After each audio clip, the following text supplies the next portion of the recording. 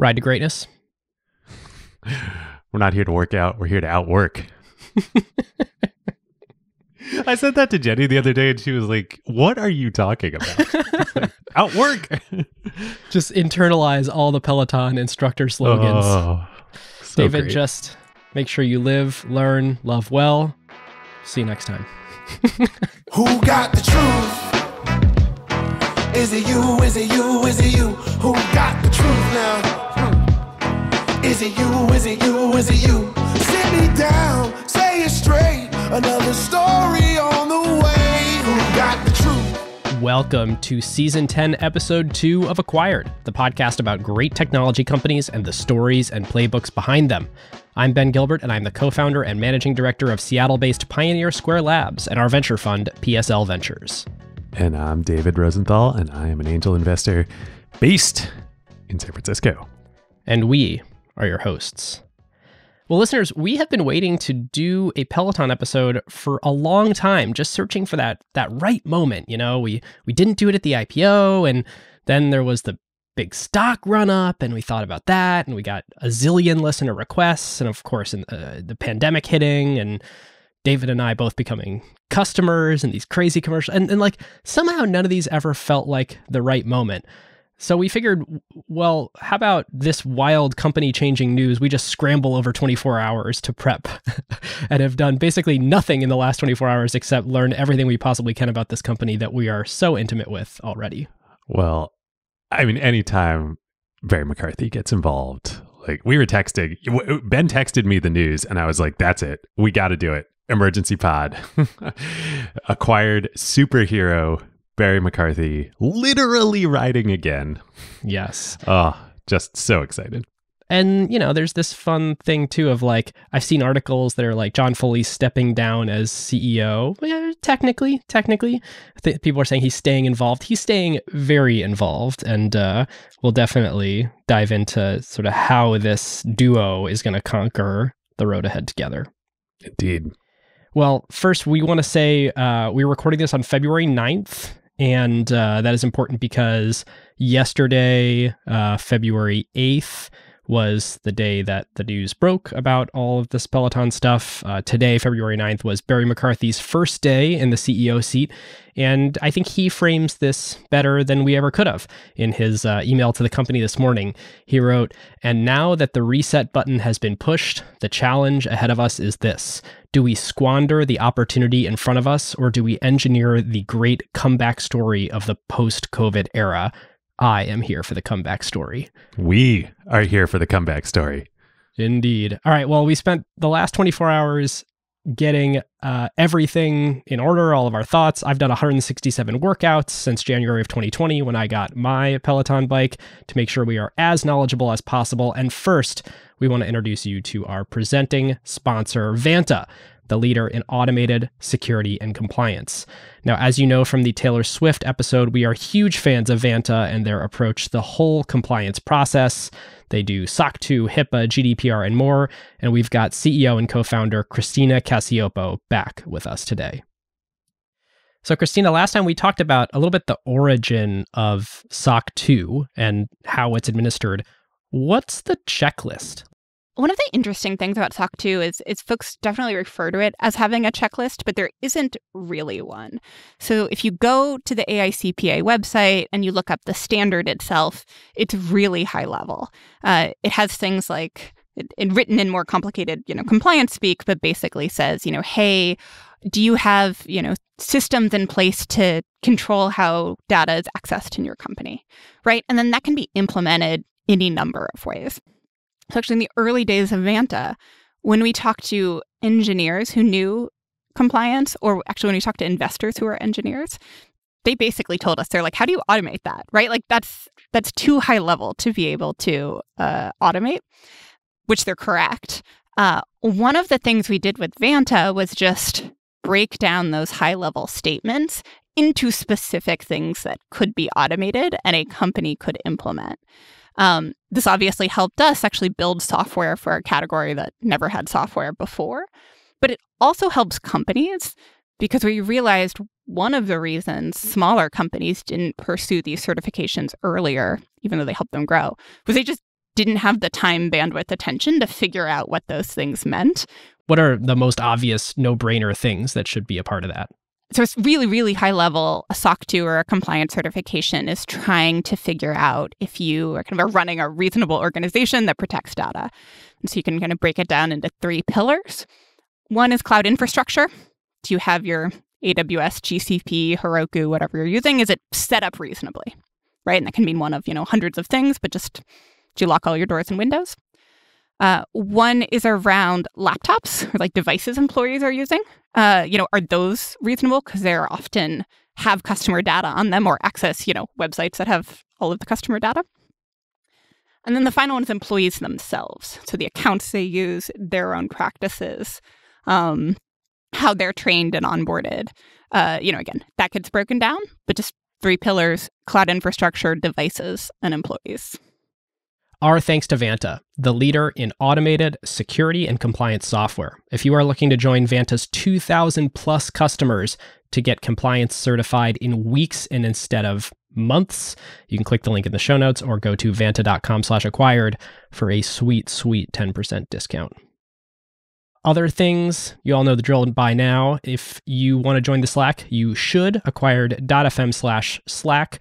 You should listen to the LP show to get the nerdier stuff like our updated thoughts on the markets and a little bit less us and a little bit more the excellent NZS Capital guys. We talk about all of that and semiconductors in our latest episode. You can search Acquired LP show in any podcast player, or you can become a member at acquired.fm/LP if you want those 2 weeks earlier, or to join our LP-only Zoom calls, one of which is tonight if you are listening the day that this episode comes out. So LPs, excited to see you in there. The LP show has been on fire recently. We've got I'm just so pumped about the guests we're getting. And 10K Diver, that was really fun too. Pseudonymous interview. We've got some great founders coming up. Yep. It's awesome. Listeners, as you know, this is not investment advice. Very much not investment advice this time. It may be product advice, though. I definitely want to discuss Peloton's product lineup because I have some thoughts. I bet you do. But it's not investment advice. I bet you do. We may have investments in these companies that we discuss. The show is for entertainment and informational purposes only. And before I hand it over to David for history and facts, we do want to acknowledge that a big part of the news yesterday in the restructuring is that Peloton laid off 2,800 people, including 20% of their corporate office. And as fascinating as it is to dive into this business and the strategy, and of course some of the drama, this is a super tough day, a super tough week for those 2,800 people who had a really, really terrible Tuesday reading this news, talking to their managers, all that, and our hearts go out to those folks. Yeah. Oh, layoffs are tough. Have you, there probably weren't layoffs when you were at Microsoft, were there? Like 2 months after I left, there was a massive round. Yeah. Yeah. There were layoffs at UBS in my first job out of college during the financial crisis. And ultimately, gosh, I think close to 50% of the company was laid off while I was there. It's hard. It's so hard. Layoffs are just no fun. They're just, that's an obvious statement, but it's hard. Yeah. And to transition us in, thinking about our previous episode with, one of our previous episodes with Barry McCarthy, he was a part of that big sort of company changing moment at Netflix where they had to restructure the whole thing. And I think that also had a huge round of layoffs before they sort of committed to a new plan going forward when Netflix was on the ropes and about to die. Yep. 40% riff. But so he's kind of clearly good at sort of taking a bare bones team and making the most of it. Indeed. Well, with that, history and facts, I think that is the perfect transition. Barry McCarthy, the acquired superhero. We talked about him on the Spotify episode. We talked about him on the Netflix two-parter, both parts of the Netflix episodes, because he ended up staying for 12 years at Netflix through all the crazy. That is such an amazing story. Going back, reading the transcripts of those episodes, the Netflix journey is amazing. But we haven't talked about him too much until today. And I thought in preparation for today, it would be fun to dive a little more into his background. First off, something that just is wild. He's 68 years old. The spring chicken coming in to turn this thing around. It's unbelievable. He's the same, roughly the same age as our parents, if not maybe slightly older, I think, than yours, right? Definitely older than mine, meaningfully older, about a decade. But yeah, as other people ease into retirement, Barry accepts his first ever public company CEO job. I know. Oh, amazing. He's like the Sean Connery of tech. Like he is James Bond. Like he will always be James Bond. So great. Well, a few quick things about his background. There's not a lot on the internet about or with Barry McCarthy himself. In fact, as far as I could find, and I looked pretty deeply, the only like dedicated long form interview with Barry McCarthy on the internet is on YouTube with the headmaster of his high school that he went to, a school called the Hill School. Is it a boarding school? It's a boarding school in the Philadelphia area. It was fun. I went to Tower Hill School in Wilmington, Delaware, also in the broader Philadelphia area. And people would always get the Hill School and Tower Hill School confused. We had a little chip on our shoulders, but your upbringing is somehow like related to every episode these days. It's like, are we only selecting for people in the southeastern Pennsylvania region? Totally, the Mid-Atlantic region. Well, this interview is actually amazing. It's an hour long. We'll link to it in the show notes. As of yesterday, it had like 100 views total on YouTube. Now it's up to like 500 or 600. It's still super small. If you do nothing else from this episode, go watch this interview with Barry and you will get a sense of, this man and his experience. It's also 6 months ago, so it's like very recent. I mean, for a very long time, he had basically no public appearances. And very, very relevant to this news today. That I was going to save this for later in the episode, but one of the final questions that the headmaster, who's a wonderful interviewer, asks him is sort of, like, well, Barry, are you bored in retirement now that he's retired from Spotify fully at this point? And his answer is, yes, I'd like to think that I have another game in me. And how prescient that would prove to be. So we all know that Barry becomes the CFO of Netflix when the company is very, very small, still a startup. I think there are only about 40 people at Netflix when he joined, and it was certainly pre-IPO, pre there being a real business there, which we'll get into. But how, this was also not early in Barry's career. How did he end up becoming the CFO of Netflix? Well, he had been the CFO previously to Netflix of another company, actually a digital music streaming company. Did you know this, Ben? Really? No. He was the CFO of a company called Music Choice. Music Choice, do you remember back in like the early days of digital cable and satellite TV, there used to be those channels, like we had DirecTV growing up. I think they were in like the 600s or 700s. It was sort of like Sirius XM in a way. It was like each one was a genre. It was exactly like Sirius XM, but just on your cable box or your satellite box, you go to XYZ channel and they'd have some crazy, like 90s era visualizations. Yes. You still see them in hotel rooms sometimes. Totally. That was Music Choice. Barry was the CFO of Music Choice. And what is it like? It's a cable channel. A couple, like it's subscription revenue, music streaming, music, right? Like how prescient. Well primed for the ultimate Spotify gig that he would take when he took them public. Some other things that I learned most of this from that interview. How did he end up? So he had been a management consultant at Booz Allen, I think, early in his career, and then an investment banker for a long time. And it's a well-trodden path from senior investment banker to going and becoming CFO of a company. Music Choice may have been public at that point in time. How did he find his way out to California and Netflix? He got fired as CFO of Music Choice. I don't know if it was part of a riff and if there were layoffs or if he got fired directly, but he's very open about this. I mean, most riffs don't include the CFO unless it's performance-based. Right. Usually the CFO is the one, orchestrating the riff.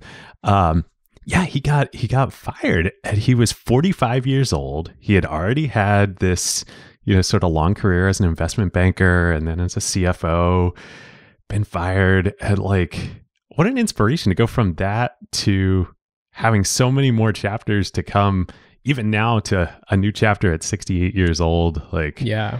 gosh, I hope my life is that interesting. Label it what you want, growth mindset or learning from your mistakes or anything like that. It does feel like this guy is compounding knowledge. And I wonder if also, again, we talked at the top of History and Facts about how this was a hard week for so many people at Peloton, and, our hearts are with them, and it's hard. It's like Barry went through this himself. Yep. So how does he end up going out to Netflix? Netflix was recruiting for a CFO, and like nobody wanted the job because I think we may have talked about this a little bit in our Netflix episode, but the early days of Netflix, like it was not a hot startup in Silicon Valley. No. It was far from it. Mark Randolph had originally started it. Reed got involved a little later. And I also did not know this, or at least I didn't remember it from the Netflix episode. It was not a subscription business. The original business of Netflix was you paid per rental. It was literally like Blockbuster, and that is not a good business. Oh, I don't think I knew that either, or at least I didn't remember that. The other like crazy Netflix thing that I always sort of forget about until I reread it is that they sort of timed it with DVDs becoming more widely distributed. And when they were starting the company, like they sounded extra crazy because it not only was kind of a crazy idea, but it was a bet on DVDs, and DVDs weren't popular yet. And it's like, what do you mean you're going to mail discs? Or no one has a player for those discs yet. Totally. So this was a tough role to recruit for. And that's how Barry ended up becoming a candidate. And then he and Reed immediately hit it off, and, he joined, and obviously sort of, in many ways, the rest is history there. But also I think it's important, it wasn't a subscription business. Barry was, alongside Reed, part of architecting the true, incredible business model of Netflix of becoming a subscription business. So they had done, before he joined, just about $1 million in revenue on the like pay per rental model. He joins, this is all pre-IPO. They implement the subscription business model. It goes from 1 million to 5 million in revenue that year. The next year, 35 million, and then hundreds of millions, after that. And then they IPO, there's the fight with Blockbuster, all that we talk about in the part one of the Netflix story. And then 2003, it's a public company. Barry tells Reed, you know what, this has been an incredible journey. I'm ready. I think he had been there for maybe 5 years at that point, 5 or 6 years. I'm ready for my next challenge. I want to go be CEO of a company next. I've realized I'm really operational. I love this. He talks with Reed. He talks with the board. They announce on an public earnings call, that Barry's going to be stepping down. He's staying an extra year throughout the year of 2003 to manage the transition, do it right, find his next challenge. Netflix is boring. It's done. Like everything's going to be smooth sailing and successful from here on out. So I'll go do something else. And then Amazon, I don't know if they ever publicly announced, but like sort of word got out that Amazon was going to enter the market and compete directly with Netflix, which of course they did in a different way much later in history. The stock gets hammered. It dropped, literally, the stock price drops 60%. Shades of what's happening with Peloton now. And 60 is a modest drop compared to what happened with Peloton. Yeah, right. And it's crisis mode. It's wartime again at Netflix. And Barry, in one of the most, just like one of the many reasons why we love him here at Acquired in his story, is he says, I can't leave. I got to stay through this fight. He literally, word for word, on a public earnings call, announces that he's staying, he's not leaving, and his reason is, quote, "You don't leave your friends in the middle of a knife fight." It's just so good. Barry is Mr. Wartime. Like in the parlance of Ben Horowitz's peacetime CEOs and wartime CEOs, this is Mr. Wartime. When things kind of feel easy and like they're going to keep growing year over year, and we don't have a existential crisis in front of us, so that's when he decides like to okay, you guys are good without me now. But by all means, if we're in battle, like put me in, coach. I mean, he literally, in the Hill School interview, he says, quote, "You got to ask yourself, are you a wartime fighter or not? And I've always gotten my biggest thrills being in the fight." And then, of course, there's the Carl Icahn battle and the price wars and all the stuff that happens at Netflix. He ends up staying until 2010. So many, many more years than he originally expected. And when he finally does announce that he is leaving Netflix in 2010, he could totally, retire at this point. He's in his mid-50s. And he announces it at an investor conference. And this is just also amazing quotes here. He's telling the street, quote, "You can infer from the record in 2004 that I wouldn't be leaving unless things were in very good shape. There is nothing that I know that you don't know that would cause you to be sleepless about your position in the stock." And if Barry's saying that, you can take that to the bank. And then, Bento, what you were saying, this is also from the Hill School interview, about him, really getting fired up by wartime and peacetime is not as interesting to him. The headmaster asks, why did he leave Netflix? And he says, "I got bored. The more successful the business was, the fewer the challenges there were for me." It's fascinating. And listeners, as you can tell, we're spending a lot of time here on Barry, in part because I think it's really important to know, as we think about the future of Peloton, what is his MO? Who is this guy? And why, to the extent where you're excited about the future of the company, why? And what's the track record of this person? So what's he likely to do when he comes in? And of course, he has an amazing way of instilling confidence. Like he has a way with words, and especially a way with words to investors, to bring a sense of calm. And I think there is nothing more necessary for Peloton than that than right now. Well, and I think the other thing, that's sort of one half of the magic of Barry McCarthy, to the extent he has magic, which I believe he does.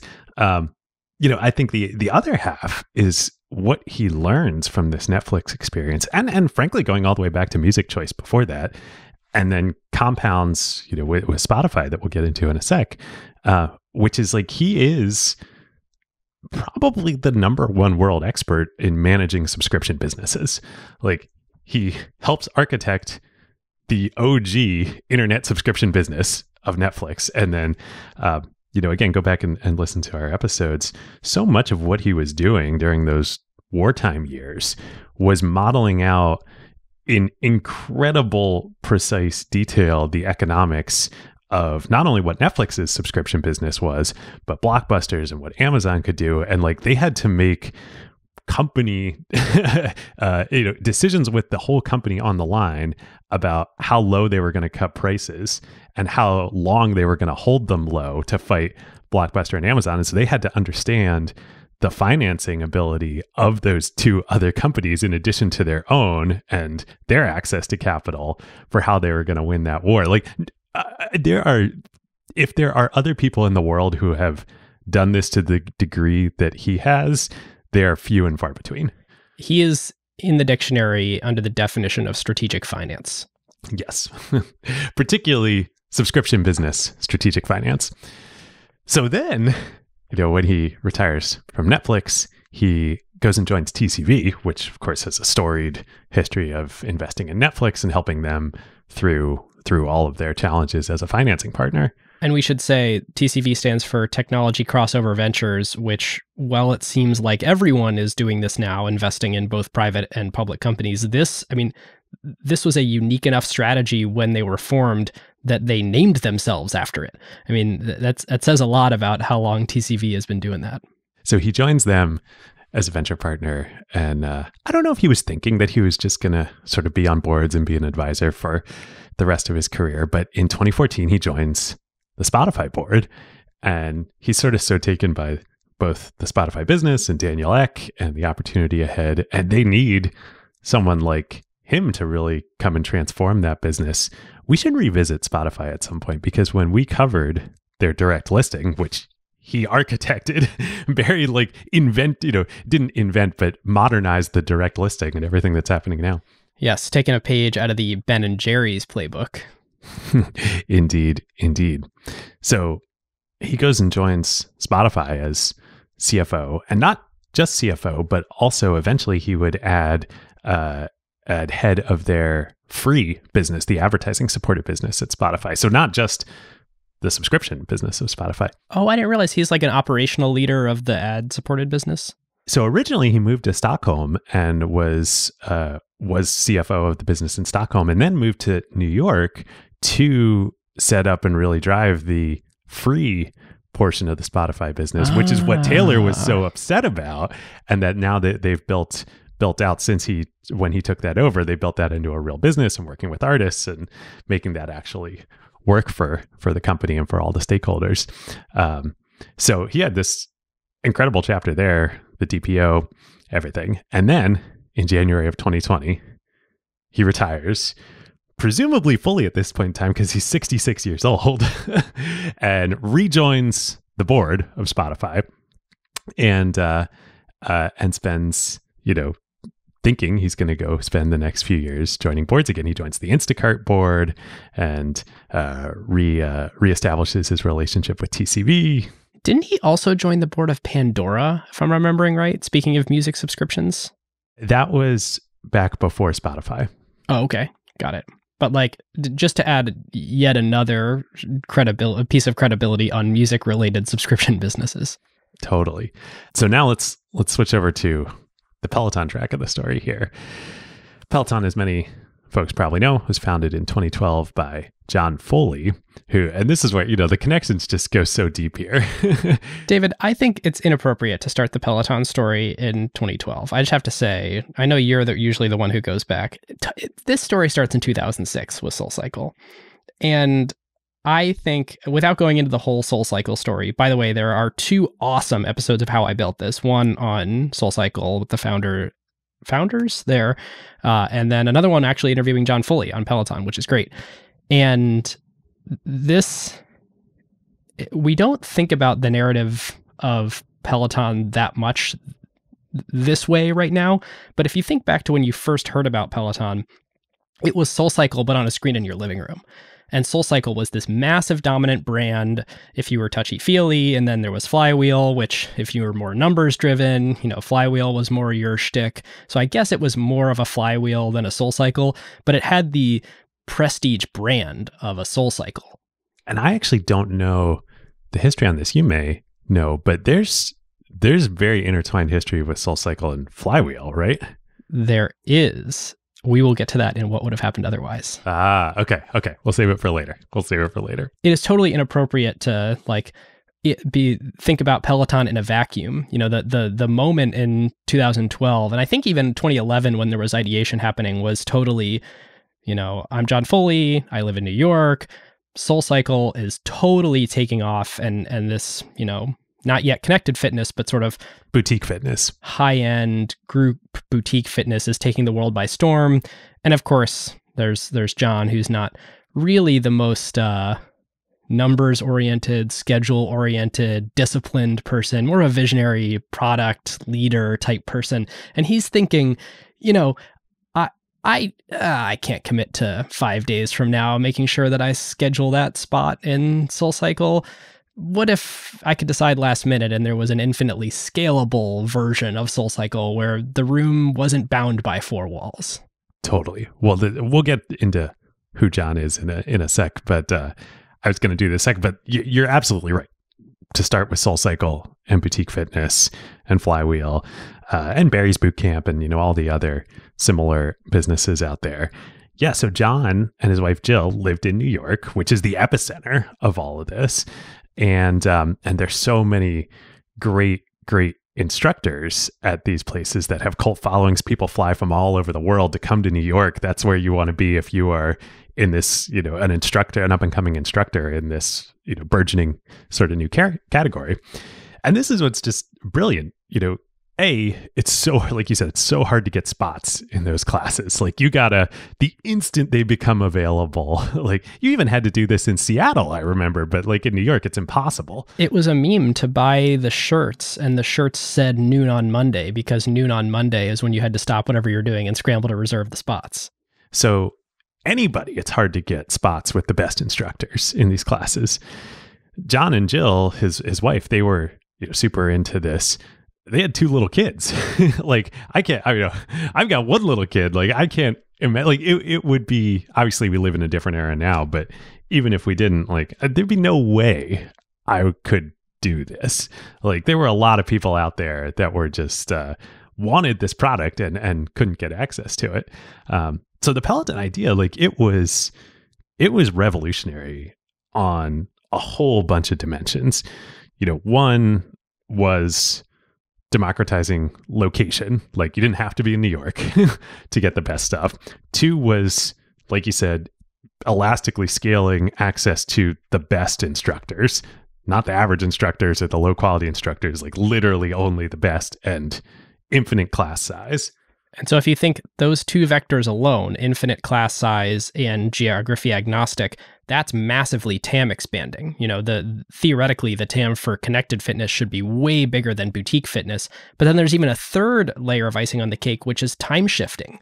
So what if you can't make it to that 5 a.m. class? So to feather back in preview a little Barry element here, one of the things that he talks about, to the extent he does talk publicly, and learned deeply from Netflix, but has just become kind of ingrained in him, and I think is now an obvious insight, but definitely at Netflix and at this point in time when Peloton was getting started, not obvious, is his quote is, "Everything linear dies, everything on demand wins." And it's so true. Like, the being able, this element of being able to access best in the world content on your schedule when you want it, like that's what makes Netflix awesome. That's what makes Spotify awesome. That's why podcasting is better than talk radio. That's why music streaming is better than listening on the radio. That's why Netflix is better than linear TV programming. Yeah, which is mostly true, but not entirely true. You got like sports is probably the notable exception. Right. And that Barry always says that, sports is sort of the one. There are a few categories out there, but here is this concept being applied to something, a whole radically new market like fitness. Who would have thought? Like it's absolutely brilliant. And like, we can't give enough credit to Peloton and John Foley for innovating on this. In fact, you could even argue Slack is indicative of this trend, work going async instead of synchronous, pulling out of meetings and going to, chat-based or document-based forms of collaboration. That is a, on-demandness of something that was previously linear. Totally. Yeah, like how many people still obviously have, work phone calls and whatnot. The number of Slack conversations that used to be a meeting or the number of document reviews that used to be a meeting is just awesome. Yep. And to then create a product that is like native to that, like email existed, right? But like it's slow and it's not, Anyway, that's what Peloton was. So who's John Foley? This is like, it's such a small world out there. He had been, prior to starting Peloton, he had been the head of Barnes & Noble's Nook business, their e-reader business, which is based in New York. And like, actually, Barnes & Noble was a great company and then eviscerated by Amazon. And the Nook business and the Nook product, I think, was probably a decent product, but it was just sort of too late. And they were really a fierce competitor in this market. I mean, they outlasted Borders. Totally. But, it's interesting too, thinking about the book and e-reader market relative to Peloton too, and maybe some lessons that Foley learned from that. You could have the best hardware in the world, but you needed the books. Like the content was what really mattered. It didn't matter if the Nook hardware was better than the Kindle or not. Like Amazon had the biggest selection of books, the easiest buying experience, and had the most lock-in. Okay, I do have to pull forward that thing from what would have happened otherwise, because it's we can save the analysis for later, but I should share what actually happened. So you might be giving Foley a little bit too much credit here. When he was starting the business, they wanted to build the best bike, beautiful piece of hardware like Apple. They wanted to build software that was equally elegant and really differentiated that bike. The original vision actually was a connect your own iPad vision. They did not want to unify it, but sort of learned over time that we really do need to unify it to control more of the experience. But here's the interesting thing. They actually didn't want to produce their own content. They thought if we have a bike, even if it's, like a bike with our software, that's interesting enough to people, and we can partner with either SoulCycle or Peloton. Oh, or Flywheel, you mean? Or Flywheel, yeah, to get access to their instructors, their content. That's the thing they're good at, is the content. We'll just make this elegant device. And they actually got to term sheet with Flywheel. I think SoulCycle sort of gave them the cold shoulder as sort of, they were so hot at the time and so big and so dominant.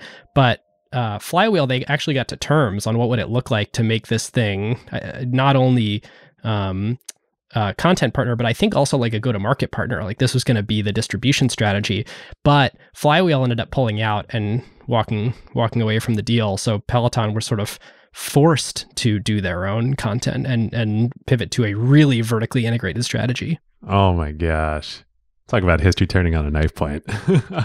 Wow. What just like the echoes of the Blockbuster Netflix situation. And Amazon. Remember, Netflix tried to sell itself to Amazon. Yep. Oh, amazing. Okay, so that's what Foley was doing immediately before starting Peloton. But before that, he had been a long time IAC guy, Interactive Corp, working for Barry Diller. Like, oh my God. The original tech media conglomerate. I mean, like, I'm kind of annoyed at the number of people that try to characterize John Foley as someone who, was breaking into the industry or didn't have a tech background, or no, he was in the middle of this stuff in the late 90s, early 2000s. We should do an episode on IAC because it is fascinating. Barry Diller and media and tech and him being really the first person to integrate all that. But for a long time, sort of the jewel of IAC was QVC and the Home Shopping Network. And what is that? That is like literally streamed media out via, television with an interactive component that people at home were, buying and calling and the DNA is just like so perfect. So what was John doing at IAC? I believe he was working on part of the City Search team. And then they had a business called Pronto.com. I think, I'm not sure exactly what that was doing, but he had bounced around, and I think a lot of people at IAC, go between a whole bunch of their properties. Yep. And I'm not sure if this was IAC or his next gig, but he ended up taking over the post-bubble Evite team that had shrunk from like hundreds and hundreds of people down to this like very small group, and grew it to like, I think he grew it from like $1 million to 25 million in revenue or something. Still, relatively small compared to the grander scale, but had sort of done this, take a startup and rehab it and build it bigger. So he hadn't actually done a startup from scratch, but had built something meaningful with a small team. Man, Evite, that's like the cockroach of the internet, like in a good way. It just won't die. Yes. Oh, amazing. So you would think like, gosh, we're telling this story now and hindsight is 2020, like incredible vision, proven demand for this product. Like, yes, it's going to be hard to build a full stack company around this, but like financing hard stuff, like that's what builds moats. Like this should be an easy fundraise. And Ben, as you referenced, John's episode on how I built this is great around all this. So we won't rehash all of it, but it was incredibly hard to get this funded. Like all the VCs passed again and again and again. He ends up raising $400,000 to start from friends and family at a $2 million post-money valuation.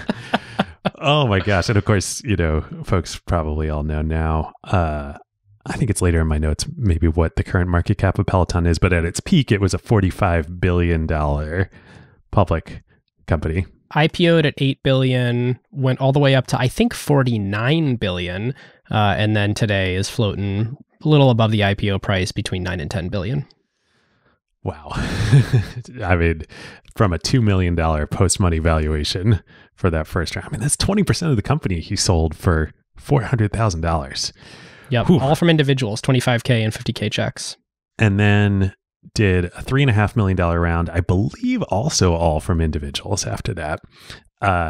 They do a Kickstarter in 2013. I had forgotten this I can't believe this thing was a Kickstarter. until it got pointed out in the Acquired Slack. Like, it was a Kickstarter, and it was like essentially a failed Kickstarter. Like, it didn't technically fail, but it was not good.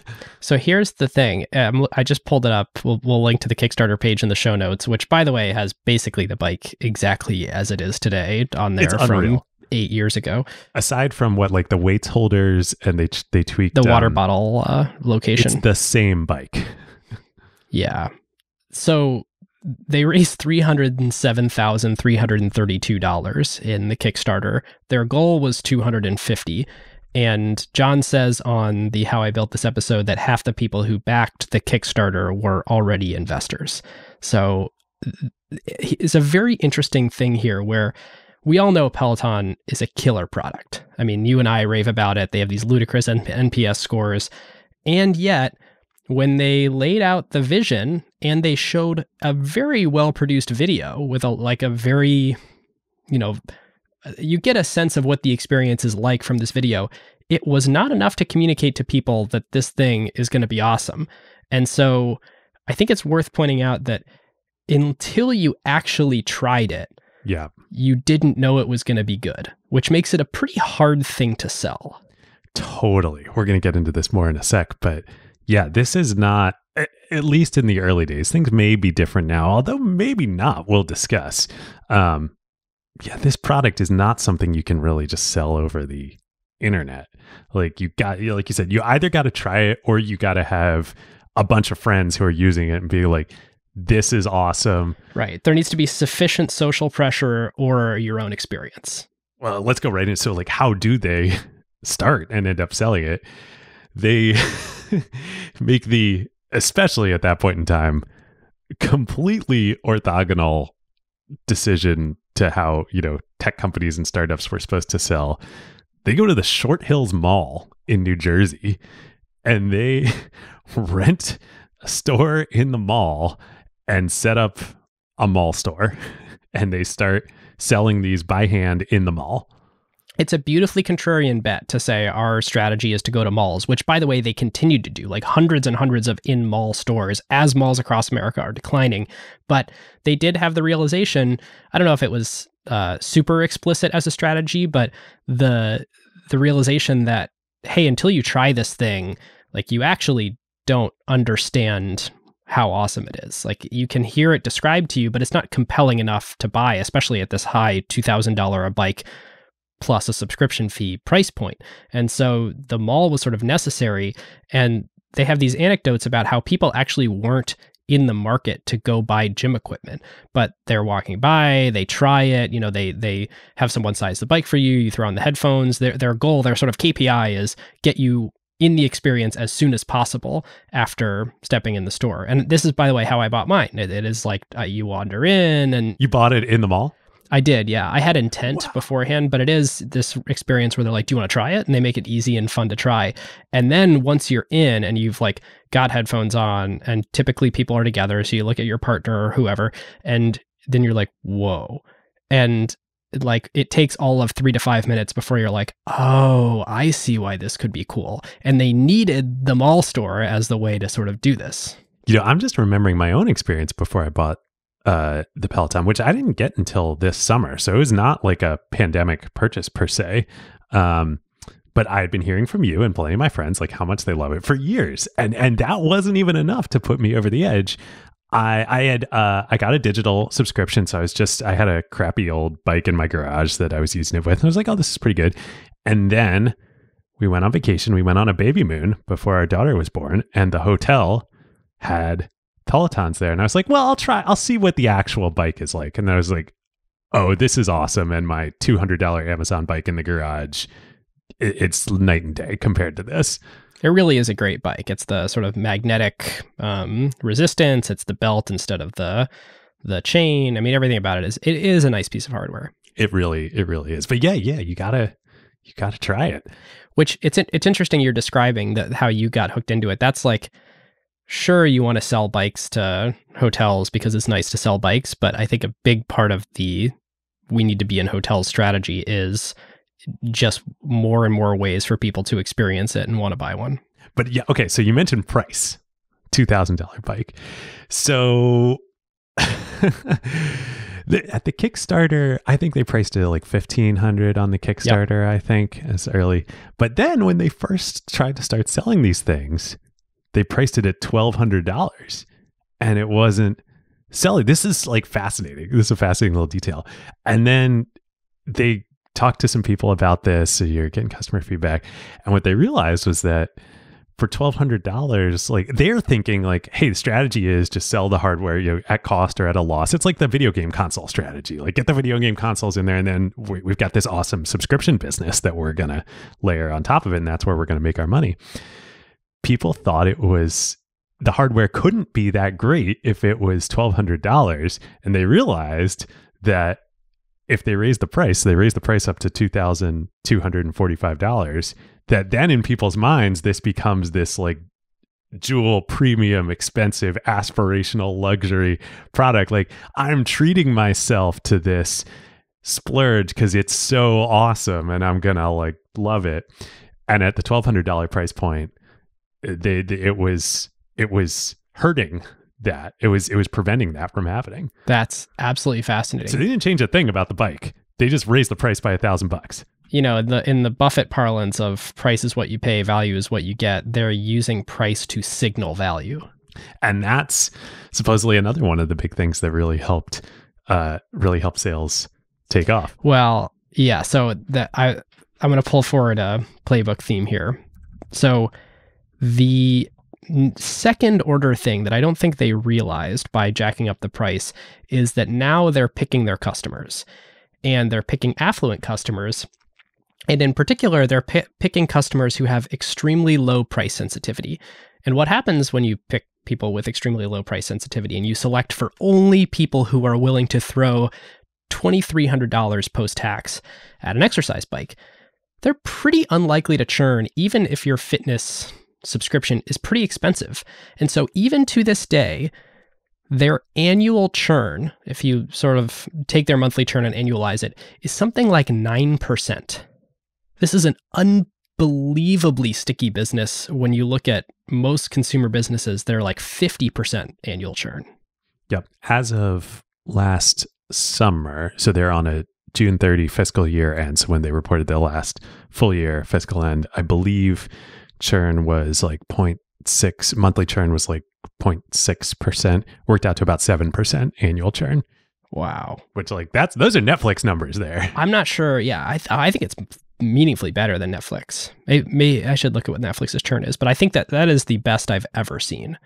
So on the one hand, it's hard to acquire customers because you got to go sell them a $2,400 bike. On the other hand, once you get them, boy, is that sticky. So I don't know what revenue was for 2014, which is their first kind of full year of sales, and they implement some of these strategies. I believe it was $10 million-ish. In 2015, though, they do $60 million of revenue. And ahead of that, at the end of 2014, they are able to raise their first institutionally led round of capital. This is 2014, led by the legendary, early stage investor. It is technically a Series B, but the seed was the $400,000 round, and then the A was the still individuals $3.5 million round, led by the legendary seed investor. They are quite now a legendary seed investor, among others, Tiger Global. Get out of here. This is amazing. It's an unbelievable bet by Leaf Excel in 2014. It was a $10 million total round on a $35 million post where Tiger put in $5 million. Tiger would go on to become the largest shareholder at IPO, owning just under 20% of the business. Amazing. Like there's so many little things about this story that just sort of, presage everything that would be to come in tech over the years, and in venture. So yeah, Tiger leads the first institutional round. I do think, by the way, this is one of the things that gave, among many other very successful investments, but was a big part of the story for Lee to, when he left and started Edition and raised over $1 billion for Edition's first fund. Peloton was a big part of that. Yep. Yeah. For Lee, for Edition, and for Tiger itself too. I mean, yeah. got to imagine that was a big part. They're notoriously tight-lipped. Our friend Mario Gabrielli wrote, I think, the best piece out there on them, which was still without insider access, but shaped their strategy too. Yep. So $60 million in revenue in 2015. 2016, they do $170 million in revenue. 2017, they raised $325 million at a $1.3 billion valuation. And this is where I think Silicon Valley really started to wake up and be like, oh my God, we missed this. How did we miss this? Yep. Because he pitched to everyone. Literally everyone. 2018, they introduced the Tread product, the Treadmill, and the digital app subscription. It'd be fun to talk about that. I started as a digital app subscriber, and then which is how it's like $13 a month. Yep, it was $12.99. I think I originally started because I think there might have been like a deal with Apple or somebody, like a free month trial or something like that. Were you a part of the COVID offering, the 3-month COVID thing? Yeah, I think that might have been. So that was totally nuts. So John Foley talks about this. He says about the beginning of COVID, he said 6 months ago, we had about 100,000 digital subscribers for the business. And within 45 days of COVID hitting, they gave this deal that said, you're not getting a month free, you get 3 months free because people need to work out at home. And within 45 days, we had close to 1.2 million people who had jumped on the trial. So call that a 10x increase in weeks. Wow. So that was a very, again, we'll get into the unit economics of it later, but at least from a customer acquisition perspective, that was a great way to spike the number of subscribers they had. Totally. And the digital app experience is like surprisingly full featured. I used just that for quite a number of months before I got to try the actual hardware at a hotel. And for people who are wondering, why isn't it as good? If you haven't ridden the Peloton, like, why can't I just mount an iPad on an old exercise bike? The biggest difference is that when the bike is not feeding information into whatever device you're using, your iPad or something, it doesn't know what the resistance is and it doesn't know what your cadence is. And so you don't know things like your current spot on the leaderboard. It knows you're doing the ride and it knows how far into the ride you are, but it doesn't actually know anything about how you're doing in the ride.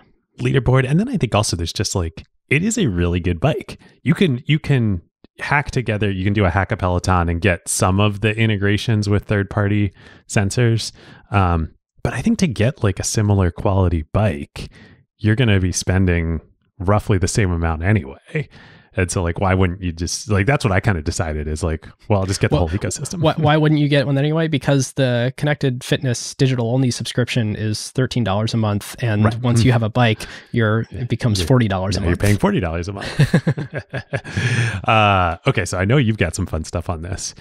2019, people start talking about, everybody in Silicon Valley knows this is a great business now. People start talking about an IPO going public, which happens in September 2019. But leading up to that, there's kind of an issue with the business that they got to sort out, which is earlier in 2019, they get sued for first $150 million, and then they up it to $300 million by the National Music Publishers Association, because they're obviously using all this music as part of the classes at Peloton, and they didn't have the proper sync licenses. Yes. So this is one of my larger bear cases for Peloton. So music licensing and gross margins, a treacherous tale. Well, if you look at Peloton's income statement today and across recent quarters, so we're at sort of a relative point of maturity here, about a third of the revenue that comes from subscription, so not like the physical bike sales, but if you just look at the subscription revenue, a third of that goes to cost of revenue. And while we don't know for sure, it's very likely that the majority of this goes to music licensing. So even though investors love a good subscription business, this is not 86% gross margin like SaaS is. It's more like 66% gross margins. So a little examination. Why do we think that this mostly goes to music? Well, in part, the variable cost for everything else should be pretty low. I mean, maybe bandwidth is probably the next highest cost for streaming video. I have some particular beef as a pedantic person with the video that they do stream. I find it to be too low frame rate, to have some motion blur, to be a little bit compressed. But all that aside, it's still expensive to stream video. Now, do you know, do they put content production cost in variable cost here too? I don't know if that is in the cost of revenue for the subscription. I would guess not. I would guess they would put that down in either G&A or... I don't know. It might be in there, but I don't know. I haven't dug in deep enough to know, but I don't think it's that expensive relative to the amount of subscription revenue they get. We'll get into powers later and scale economies and all that. But my understanding is that the top Peloton instructors make like $500K to $1 million. Yeah, I think that's about right. And then obviously you've got all the production costs around that, but like still compared to, hundreds of millions of subscription annual revenue, that's a drop in the bucket. Totally. So, okay, let's assume that the largest part of this 33% of cost of revenue is to pay for music. So why is the music so expensive? Well, if you remember from our Taylor Swift episode, there's a bunch of different types of licenses. And unlike Spotify... Yes, I knew you were going to get into this. or the radio, Peloton actually requires multiple licenses for the particular way that they use the music. So first, Peloton, I think, is technically just like the radio, a live performance. So live performance royalties must be paid out. And if you are curious for how those are paid out, go listen to the Taylor Swift episode where we talk about the difference between the publishing rights holder and the performance master right holder. But they also need a sync license in addition to synchronize those songs with the video content. If you're going to, use a license in a commercial or a movie. Exactly. And just as a quick aside, the interesting bit about sync licenses is they require the approval both of the sort of songwriter, the person with the publishing right, and the performing artist who owns or whose label owns the master right. So there's a lot of people who can say, no, I don't grant you a sync right, which is why in this lawsuit that you're referencing, David, when Peloton did end up pulling a bunch of stuff off of the service, which a lot of people were really upset about, it was weird because you're like, wait, but some of this artist's songs are on there and some rides with those artist songs got removed. And that's because those songs had different songwriters behind them. Yeah. So many people with veto power. What a Byzantine industry. Crazy, right? Okay, but back to sort of this like gross margin problem. So according to a piece from Tricordist, which is a music industry site, Peloton pays out 3.1 cents every time that you are on a ride and hear a song. That number should actually sound pretty high to you because that's meaningfully larger than what we talked about on the Taylor Swift episode per stream. So let's take that 3.1 cents. If you ride every day, and people don't ride every day, but I think people ride about 20 days, or they use the product about 20 times per month. But let's say you ride every day and assume there's about 10 songs per ride. And I went back through my recent rides and looked, that's about right. That's $9 of your subscription revenue that is going straight to music. So if you're on the bike subscription, that's like 23% of your subscription that you're paying to Peloton goes immediately to the labels, which kind of checks our math above that the biggest part of that 1/3 of the cost of revenue is actually for music. Now, of course, if you're on the digital only subscription, that's really high because that's only $13 a month. If you're actually using that thing every day, I assume the royalty structure is similar. It may be the case that Peloton is large enough that they've negotiated a specific revenue share, somewhere between 15, 25, 30%, something like that, with the music labels, rather than needing to pay out a fixed amount per song. Because if it's a fixed amount per song, then they could get underwater pretty quick on that digital only subscription. God, the parallels to Spotify are just like amazing, with like the two different tiers of customer experiences and like vastly different implications of that for their back end costs. 100%. I mean, it is, okay, you're leading the horse to water. I'm the horse. Here's the water. So because there are very real marginal costs in this business, just like Spotify, at the end of the day, this actually does have the same incentives that a gym membership would have, like an old school gym membership, which is sign you up, keep you subscribed, but really no incentives for you to actually go to the gym all the time. They kind of want you to do the minimum amount, like to stay subscribed, like stay engaged enough with us, but don't cost us any money. We want to like minimize the amount that we have to pay the music labels on your behalf, which is interesting. So I was thinking about this, like prepping for the episode, and I slept on it. When I woke up this morning, I kind of realized, because they're bragging about in all their earnings stuff, increasing user engagement over time and having internal KPIs around, we want people to use the service, I sort of came to this conclusion that they have to have a pre-negotiated revenue split with the music labels rather than paying per stream, because Peloton could end up in a really tough position if their own incentives are for you to stay subscribed but not ride. So I bet they did some kind of like blanket license type thing where, 20% or 25% or whatever it is ends up, of all subscription revenue, no matter what, ends up going to the labels. Well, if they don't have that, they probably have a new CEO who could help make that happen. Very much so. Very much so. If they don't, they should. And now they probably can. Yes. One last quick piece of math just to underscore the gravity of this. I ran the math on what it would cost Spotify to pay the labels for the same amount of music listening time based on the data that we used in the Taylor Swift episode. So, 15 hours across a month. So I was thinking the same as a 30-minute ride every day for a month. And instead of the $9 that I sort of estimate that Peloton has to pay, Spotify is closer to like $1.20. Wow. That's massively different. That sync right and the performance licenses, very expensive. So, Barry is definitely used to this Spotify world of we pay a pittance to the labels and the artists.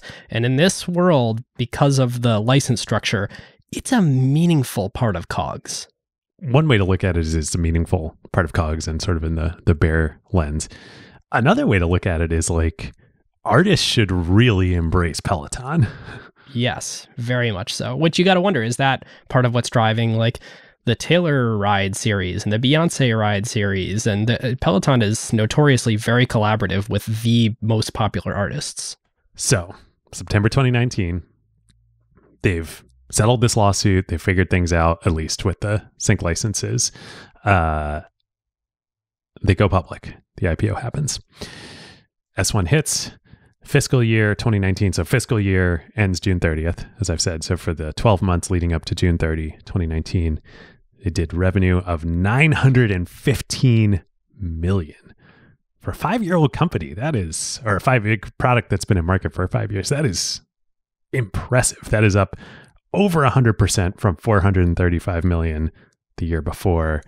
Of that $915 million, $181 million is subscription revenue, which is up from $80 million the year before, so growing even faster.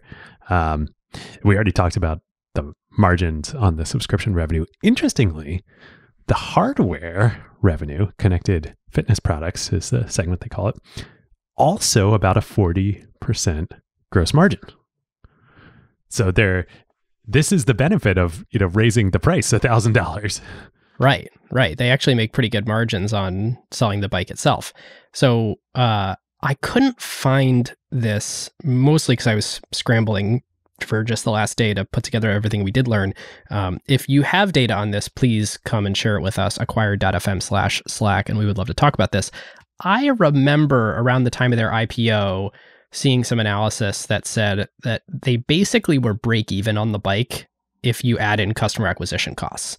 So the cost of manufacturing the bike and delivering it and all that, plus the cost to acquire, which was really expensive. You know, they're in these malls, they're sending you a ton of social media ads. They're really trying to convince you, you know, they're putting on Super Bowl commercials, which we'll get to. They're putting on other commercials where people are in these multi-million-dollar homes riding in fancy places. It's expensive to, you know, convince people to do this new behavior.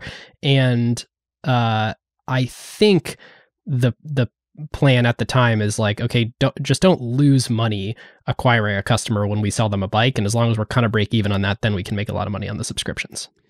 So I actually did do a little modeling on this. Now, don't take this as gospel because I'm mixing time periods here and it's hard to know exactly. So this is not like a sharp pencil. This is back of the envelope modeling. And these are pandemic numbers. So may not be applicable anymore.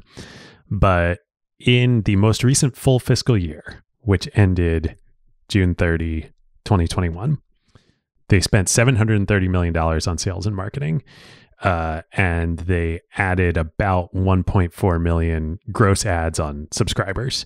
So now I'm assuming that like all those are bikes, obviously not. A lot of those are digital subscriptions, et cetera. But let's just make it simple. So CAC on that is $521 per gross subscriber added. That is, to your point, a lot of money. Mm-hmm. That is a lot. That is a very, very high CAC, $521 per new subscriber. Not in the B2B world, but it's almost unheard of in B2C. Like getting a consumer, like paying $500 for a consumer, like no one does this. If you go out and, you know, put that in your pitch deck around Silicon Valley, like you're going to have a very high LTV. Well, now at the $1,895 price point for the bike, which is what it was until they started doing crazy stuff with their pricing. But they had lowered it from the $2,245 to $1,895. At a 40% gross margin on that hardware, that's $758. So they're more than making their money back. Right. They're making a little, maybe a couple $100 total on each bike. Yep. They're making some amount of contribution margin on the bike. But then you attach the subscription, which, you know, with the crazy low churn rates that they have, the implied lifetime $40 a month is over 10 years, 66% gross margin. Right. Let's cap it at 5 years for a customer lifetime because 10 years is too crazy. Let's assume that that's not going to happen. At $40 a month, that's $2,340 in subscription revenue over 5 years. Wow. So yeah, it's a pretty dang good business.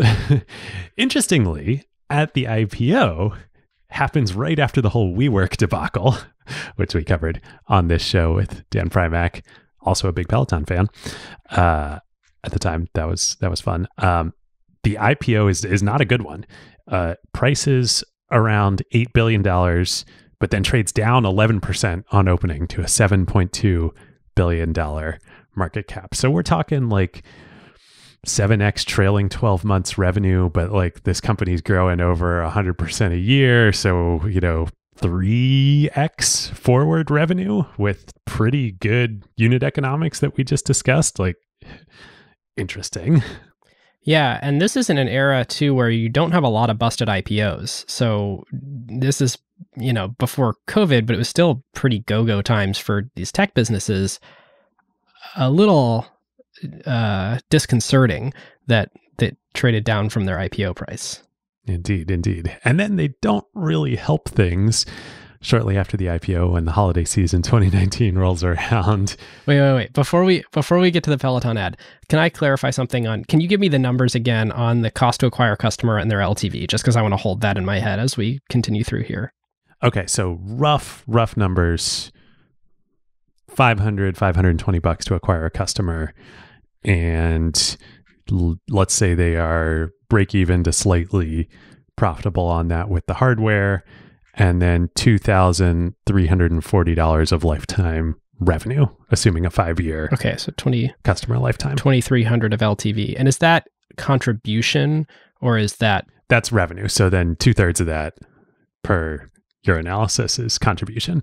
Okay, so we're looking at something in the neighborhood of like $1,500 of contribution on the subscription, even if we cap it at 5 years. So every single person they acquire, not only are they break even or probably a little profitable just by selling them a bike, but then they make another $1,500 plus in pure profit by retaining them over time. Yep. So you would understand why this company and management and the board would be like, we should advertise. Yes, we should go and pull forward as many new customers as we can. We should take out, an infinite amount of debt. Not that they did this, but we should raise an infinite amount of money so that we can spend on marketing so that we can go get as many people to buy this thing and get hooked on it because, oh my God, what a business we have on our hands. And thus we end up with the holiday 2019 Peloton wife commercial, which kind of is a funny story. I mean, it's does it end up being bad for Peloton or is this just good marketing in the end? I think it was good marketing. I think it's good for everyone. It ends up being good for that actress. Yep. Good for Ryan Reynolds. Oh my God. The aviation gin thing that came out the next week is just genius. We'll link to it, but people go Google Peloton wife aviation gin and watch that commercial. I also thought the Peloton wife commercial thing was like pretty overblown. I mean, it feels like every year stuff gets more and more insane. So this commercial at the time, I think, had a lot of people up in arms, but you're like, this is not that scandalous. Yeah, right. Compared to everything that's happened since. Also, it was probably great for Peloton because I didn't go back and watch it, but my recollection of it, put the controversy aside, is that the commercial itself was like, yeah, fine, but then they got so much hype out of it. But this sets Peloton's track record for they can become a dominant trending topic in a pop culture-y way, which every time they would come to dominate headlines after this is not really good for them. Other than the one, which is like, hey, now that the pandemic hit, Peloton has perfect product market fit. But every single one other than that, which we're about to talk about, the shipping delays and the consumer, the treadmills, and the treadmill recall and it basically was never good again. Yep. Well, before we get to the pandemic, I think this is the perfect spot for the second sponsor of this episode and all of season 10. One of our very, very favorite companies here at Acquired, Vouch, the insurance of tech. Vouch is business insurance for the modern tech industry, whether you're bootstrapped, seed stage, growth, public, or anywhere in between. With Vouch, as you know, you can go online, get next day coverage for your company in as little as 10 minutes, and then you can grow your coverage as your company grows. And I was thinking about this, and I was like, that kind of sounds like a Geico commercial. And then I was like, wait a minute. That's the whole point. It is like a Geico commercial. Like, you can now go on with Vouch and get next day coverage for your business without filling out a million forms and going back and forth and mailing stuff and doing ridiculous like, that's unbelievable. That's how it used to be. I can attest as the resident form filler outer here at Acquired. We are insured by Vouch, and that was our experience. That's so awesome. Like, it just it really hit me for this. I was like, yes, it is the Geico consumer experience brought to business, and that is an incredible innovation. And now, not just for startups too. Like, it's impressive that they can do this for growth stage for larger companies in sort of this same expedient way. Totally.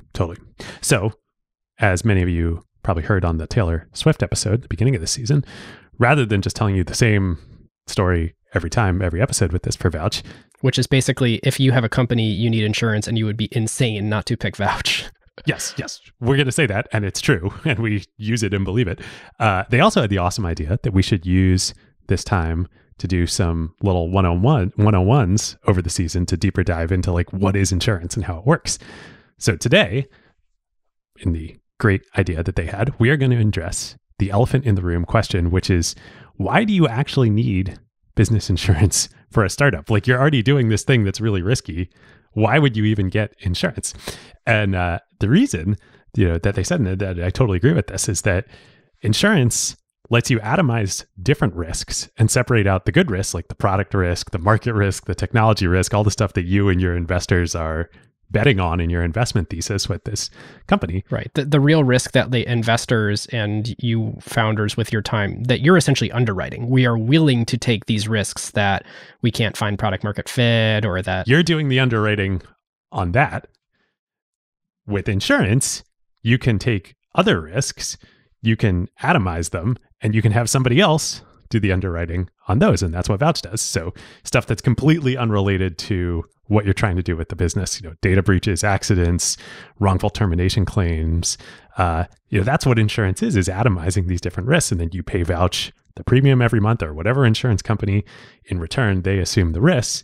And because they're pooling, and Vouch is pooling these specific risks across many startups and tech companies, they're able to, like, in aggregate, model it and price it such that they're going to make profit and money on this, and that's why Vouch is a great business.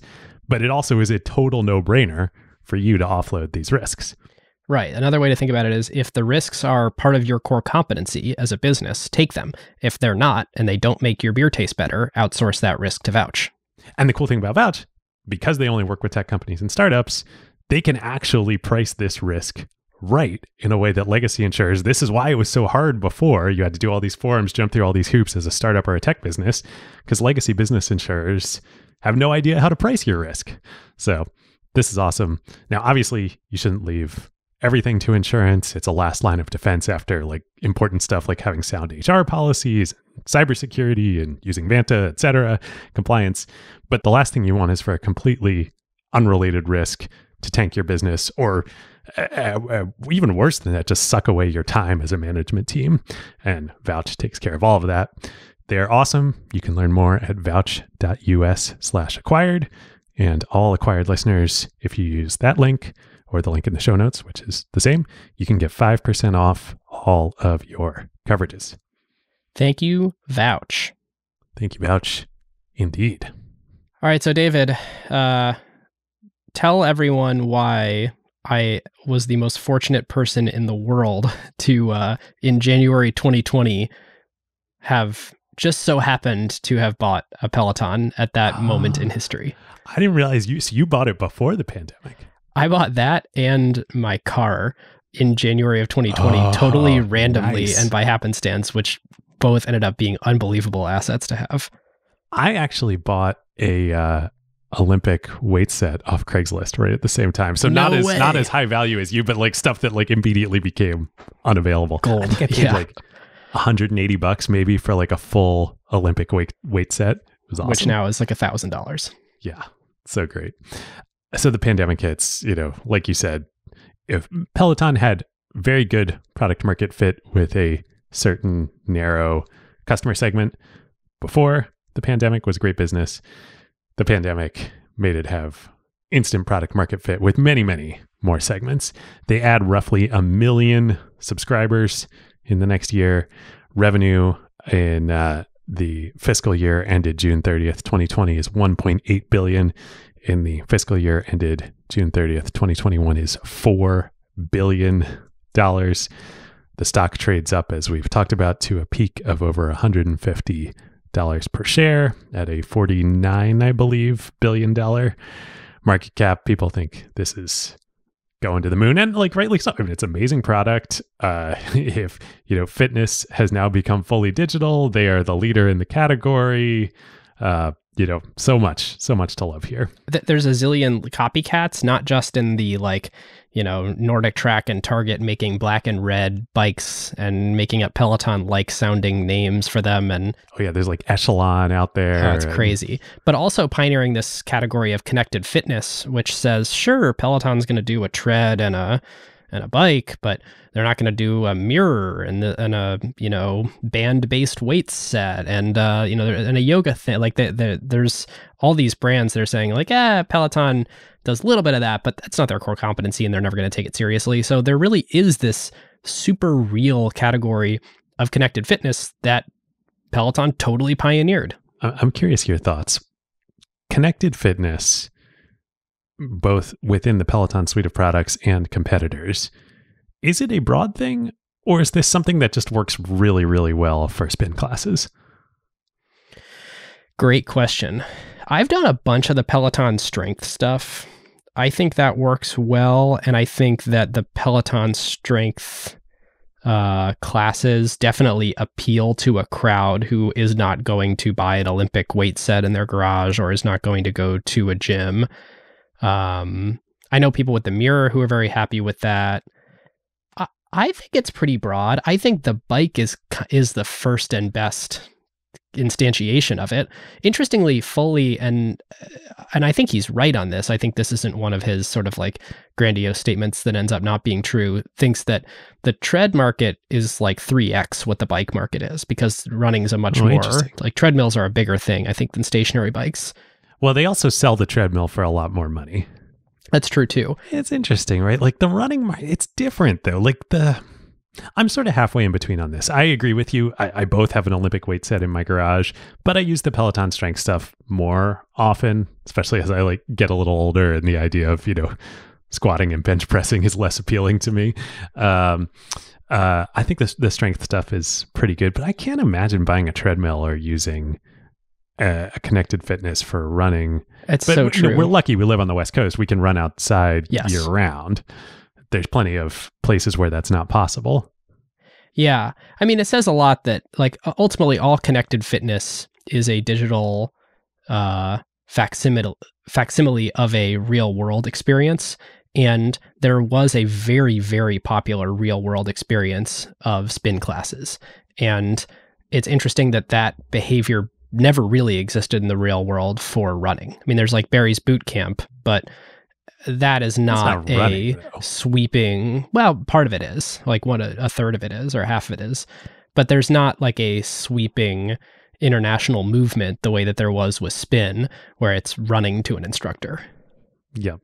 So to maybe to like super simplify your question, my answer to your question, it's anything that's instructor led that is a big market on the offline world can be an instructor-led large market in connected fitness. I agree with that. I'm just not sure that running, maybe there will be some innovation at some point that is an instructor-led running class, but as a runner, like I don't really want an instructor. Like the joy of running to me is to be outside in beautiful places and just kind of go. And you have a bias there. Like I'm the exact same type of runner, but the hardcore cyclists would say the same thing. They're like, a spin class wouldn't, but the beauty of cycling is that, Right. And then the beauty of spin class is like, these are two different products. Yes. Anyway, September of 2020. This is where I think things start to get a little wonky with Peloton. They introduced the Bike Plus in September of 2020. And we should say by September of 2020, it's basically impossible to get one of these, the Peloton bikes at all. There's like a 4-month backlog. Pandemic hits, and unless you're getting one in the first week or two, you're out months before you can get one, because Peloton doesn't make any of their own bikes. They certainly don't make any in the US, so we're at the whim of international shipping, supply chain partners. They really haven't ramped any in-house manufacturing capability, and so good luck. Right. Which makes all of this even a little more puzzling. You would think a reaction to that would be to raise prices. Like they have total pricing power. Now, to their philosophy, and like we've been talking about, they want as many people to access Peloton as possible, blah, blah, blah. Okay, great. But so they introduced the Bike Plus. They price it at $24.95.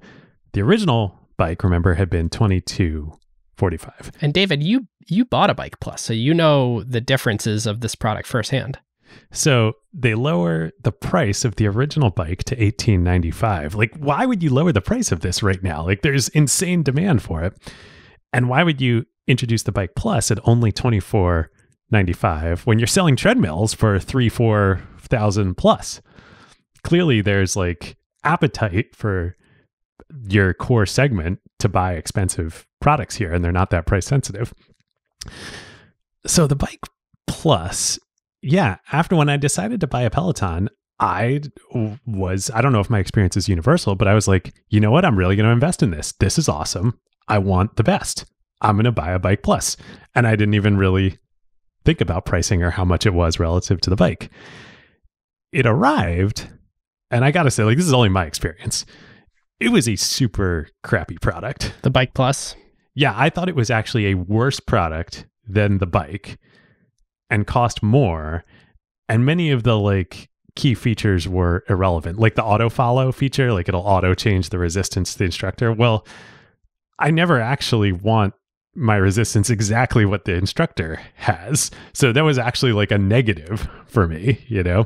Not to mention that there's like a bigger screen, but it's the same resolution. So it's actually a lower DPI on the screen, which as someone who already has beef with the video quality would drive me up a wall. I was going to get to that last, but yeah, a few other things like my garage is a little bit sloped and the Bike Plus only has 4 feet. Like the front only has 2 feet and it was impossible for me to align it. Whereas like the regular bike has 3 feet in front and is way easier to stabilize. There's just a whole bunch of like really weird little things like that. The main gimmicky feature is you can flip the screen out sideways. So you can do these boot camp rides where you're on the floor for part of it. You're on the bike for part of it. Did you ever try that? Yeah. I don't use that much. Usually when I'm doing strength, I'm doing strength. And when I'm doing the bike, I'm cycling. But B, there's like a $40 little bracket you can buy that I did for the original bike that you can install pretty easily to then have the screen swivel. And it's like, wait, why would I pay $1,000 more for that? Anyway, but yeah, what you said about the screen, that was the dagger for me where I was like, this is a worse experience because they have a bigger screen, but they're using the same 1080p crappy video on it and it looks way worse. It's just like, it just didn't make any sense to me. So I returned the Bike Plus. So now let's think about me as a customer for Peloton. By the way, I love that in these episodes, like where we have personal experience, like half the Airbnb episode was my experience as a host. And now here's David's Peloton buying experience. People are probably like, okay, this is irrelevant. But no, I think this is illustrative, I think, of some of the problems with Peloton. The product was not quite right. The pricing was weird that they did with the product suite here. So they roll a truck to do the delivery for me as a customer for the Bike Plus, which is crazy expensive, right? But they're selling like they own all their own distribution and they're driving around neighborhoods all over America. And yep, they roll a truck in old cable parlance of a truck roll for a customer service. They install the Bike Plus for me. The shoes that come with it, the cleats didn't fit, so they had to send me new cleats. So, all right, that's another, shipping costs, customer service, etc. Customer service call. I used the Bike Plus for a little and I'm like, this is not that good. I return it because they have a 30-day, return policy. They roll a truck, they pick it up. I bought the original bike, which by that point in time, the price had dropped to $14.95. So I had spent $24.95. They've rolled a truck twice already. Oof. Now I just spent $1,000 less. I got the bike. They rolled a truck. There were some problems with the pedal. They rolled a truck to do another customer service for me. So 4 truck rolls, a purchase, a return, a restocking, mailing me new cleats. Wow. They're probably not profitable on you until like maybe year 3 as a subscriber. Absolutely. Like it's year 4. Brutal. And I can't imagine that my experience is wholly unique here. I wonder. We only had the person come out once and it all thankfully worked really well. So I'm a very happy customer, but yeah, to your point, like how long do they have to retain me to even break even on me now? Right. And I think a lot of this could have been avoided with some different product decisions and some different pricing decisions. There's a trend that they need to follow over the entire lifetime of their business, which is dropping the price point so they can keep attracting that next concentric circle out from the core affluent customer. If they're actually interested in continuing to grow the business, they need to do that. But even though that's true over the long period of time, this probably wasn't the right time in history to do that. Like, given what happened with the pandemic and with demand, and let's not talk about supply chain and inventory and stuff yet, because I think that made their business really not resilient, all the things that they did there. But they probably should have easy to say in hindsight, but not shipped the Bike Plus and not dropped prices yet, even though they need to do both of those things in the longer term. Yeah, the Bike Plus was a product that needed more work before shipping. And then in terms of like cannibalization of their existing customer base, and I think they really hurt themselves a lot on some of the aspirational aspects of the Peloton brand around this. Also simple things like the bikes that the instructors use in the classes are the original bikes. If they really want to push the bike, like why don't they use I've always noticed the pluses? That. Totally. I thought that was so weird. Like, I don't think that hurts anything. And that's just great merchandising for higher margin products. I wonder if there's custom software that's written for instructor bikes that they didn't want to invest in porting to the new Bike Pluses. That could be. Anyway, there's just a bunch of puzzling decisions here. And perhaps the most puzzling is in December 2020, they announced that they're buying Precor for $420 million in cash. In cash. And you and I both went and looked this up because we were like, I remember the $420 million Precor acquisition, which is a Washington-based company, by the way. That's right. And Woodinville, right? Yep.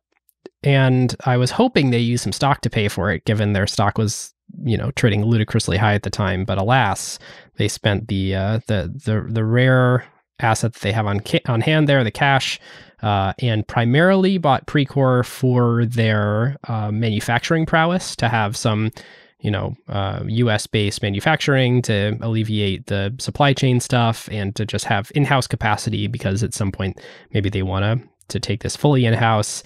A secondary benefit that comes with it is Precor is really, really good at selling in commercial distribution channels. So Peloton sort of then can inherit all those relationships with all the hotels to get more Pelotons in there, and eventually maybe merge these two product lines. But for now, they're running it as a totally separate independent business unit and starting to do some work leveraging Precor's manufacturing to hopefully start manufacturing some Peloton bikes.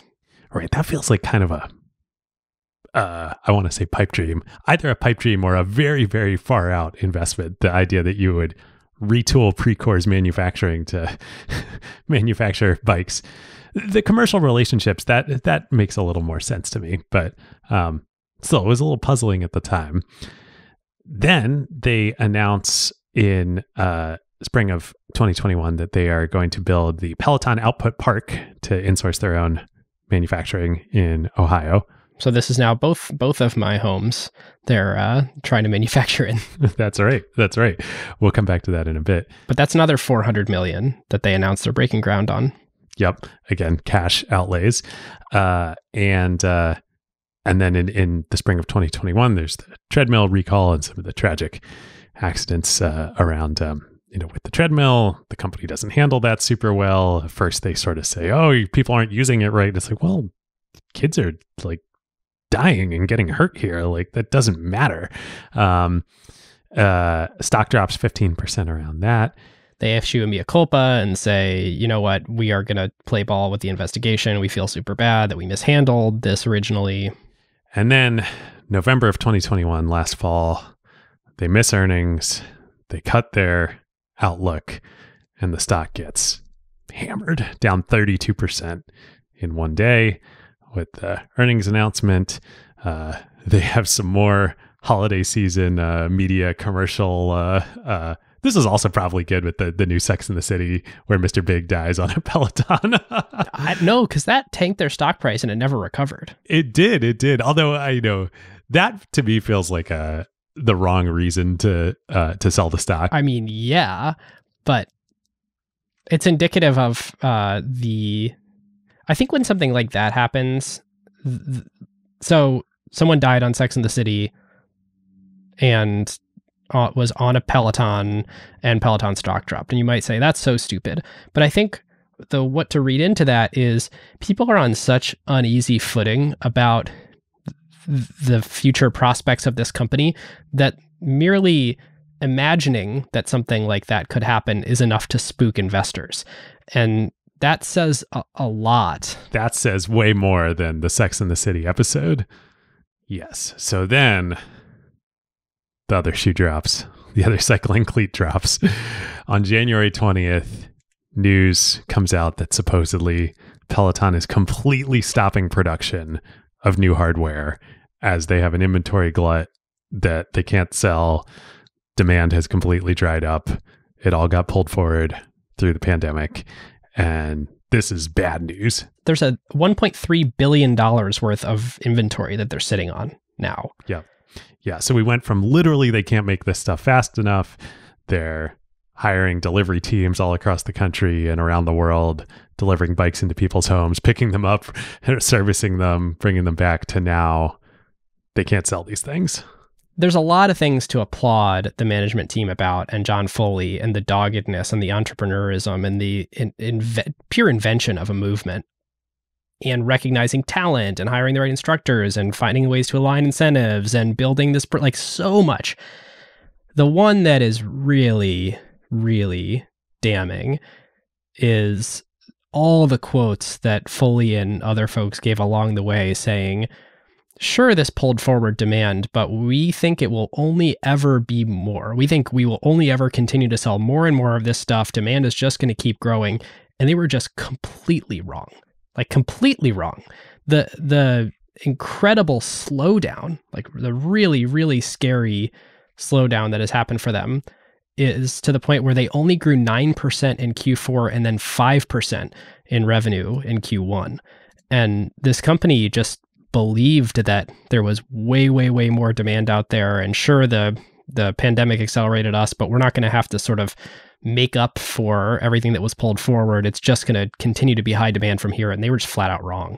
Totally flat out wrong. And we'll wrap up the few last points to bring us to literally today, present day. But one of the things when they released earnings yesterday is they cut guidance. Guidance had been for full fiscal year revenue of $4 to $4.5 billion. They cut it down to 3.7 to 3.8, which is actually going to be down. Like, revenue is going to be down sequentially year on year this year versus last year. Like, that is not good. That is not good for a growth company. No, and you look at the level of certainty that they had that they just needed to keep expanding to service all this demand. Not only did they plunk over $800 million into manufacturing capacity between Precor, which is its own business, so it's justifiable, assuming they paid a reasonable price for it, and of course the Ohio factory. But you look at their employees. I mean, they were growing employees pretty quickly from 2015, 16 to 2020. But when you look at, as of January 2021, they had 4,000 employees.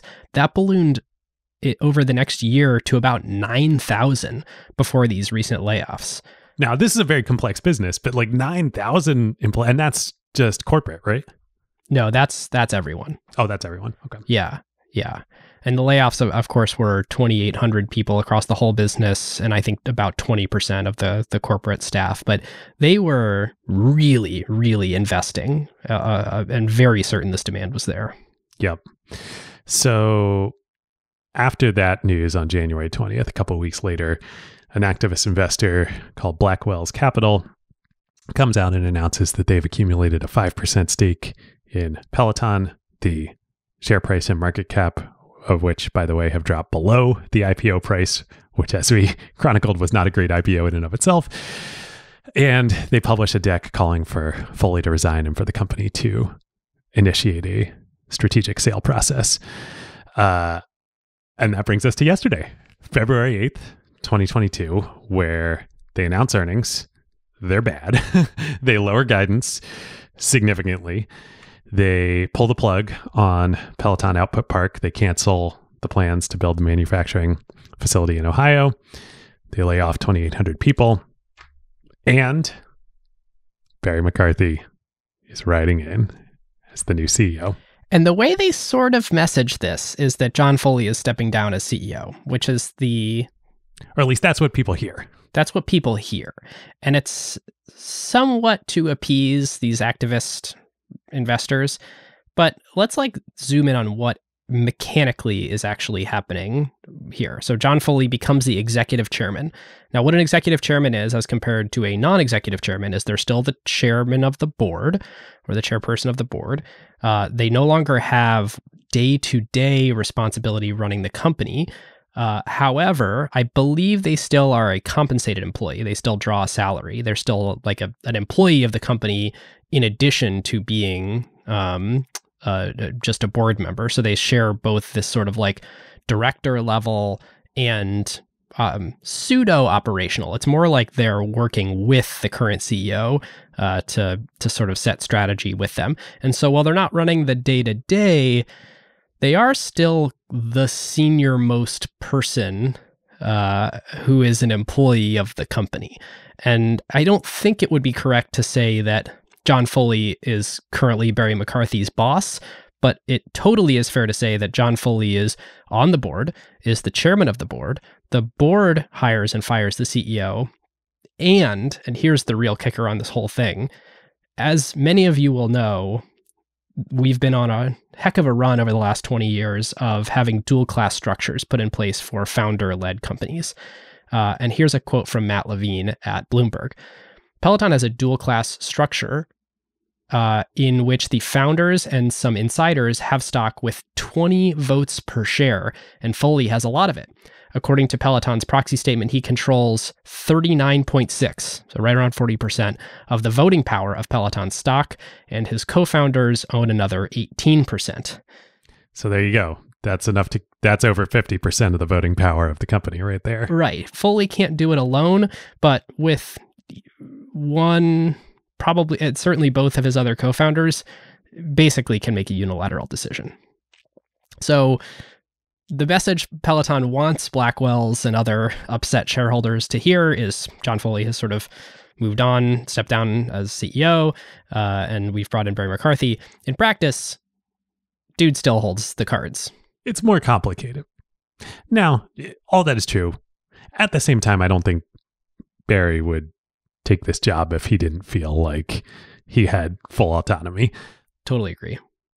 And the memo that he writes to staff, which we've already read some a bit, and I want to read a bit more because it's amazing. It's like Barry is like, who wouldn't want to work for Barry? He's a great leader. Yeah. Oh, what a leader. So he writes, I know today's restructuring news has been difficult. There's no sugarcoating it. It's a bitter pill. And in my experience, the sting has a long half-life. But the hard truth is either revenue had to grow faster or spending had to shrink. The math simply didn't work otherwise, and the status quo was unsustainable. One of my core management principles is about getting real. We have to be willing to confront the world as it is, not as we want it to be if we're going to be successful. We have to be honest with ourselves and with each other in order to make that happen, even when the truth is uncomfortable or inconvenient to deal with. And then Ben, I think you read the great part about the comeback story after that. You know, and then he closes it. He says, when he closes the memo, he says, in the months ahead, you can expect to hear from me about our strategy and the choices we're planning to make to drive our success. For the avoidance of doubt, we are in the business of driving growth. I just like, full stop. That is what we are here to do. And that will require us to take risks, to be willing to fail quickly, to learn quickly, to adapt and evolve quickly, rinse and repeat. I promise the journey won't be dull. I look forward to working with you, Barry. Of course, this is after he opens by talking about how much he loves riding with Matt Wilpers. It is great that he Dennis opens Morton. The whole the whole memo is like kicked off with, rather than like, hi, I'm your new CEO. It's, boy, do I love riding with Dennis Morton and Matt Wilpers. I think he says, like, who don't yet know me from Adam, which is pretty funny, thinking about the fact that they're reading this email. And well, Barry has no social media presence. He's basically not on the internet. You got to wonder, has he met any of the instructors yet too? Probably not. Probably not before yesterday at the earliest. It's wild. I wonder what the instructors think of all this. Because they've built such brands. I mean, the Instagram following and the Twitter following of the top instructors is like, they have immense power. Emma Lovewell and Ali Love. I mean, they're getting up close to 1 million followers. Robin Arzon and Alex Toussaint. And they've all parlayed this into other things too. Like Ali is the in-arena host for the Brooklyn Nets, or at least was last year. And, everyone's got, noon deals or Under Armour deals, or even though they're making 500 to $1 million from Peloton in salary or whatever their contract is, I bet they're making a lot more from their other engagements. Oh yeah, they're like professional athletes. Like the earning power from endorsement and other deals is way higher. All right. So there we are on history. We thought this would be short with the emergency pod on history and facts, but never underestimate acquired. We're also incapable of just going on air unprepared. So of course you and I, like, well, we only had a day to do this. Like, we kind of put together a full. There are so many more deep cuts in the history that we didn't go into, like John and his friend like prototyping the experience on a Disney cruise. Did you read about that? No, I didn't get that. That's awesome. All right, so I'll pull that one out, even though we skipped over it. So John Pleasance, who got a big job at Disney, got convinced Foley to come on a Disney cruise with him. And so they're on this Disney cruise, and Foley rolls out a couple of spin bikes and stood there like for the first like 10 minutes of the ride, like coaching John Pleasance being on what to instructor. do. Yeah, like, and being like, okay, imagine there's a screen here, and like, you know, really giving him. And then Pleasance becomes one of the first angel investors in that 400K round, right? So it's like a pretty cool. There's so much crazy lore in the building of Peloton, which I think we would have done if we gave this the 3-hour treatment. But let's go into our narratives. So like, what is the media narrative right now for the bull case and the bear case? Well, on the bull, there's just an insane level of customer love for this company. I mean, the NPS is around 90. You're wearing a Peloton hat as we do this.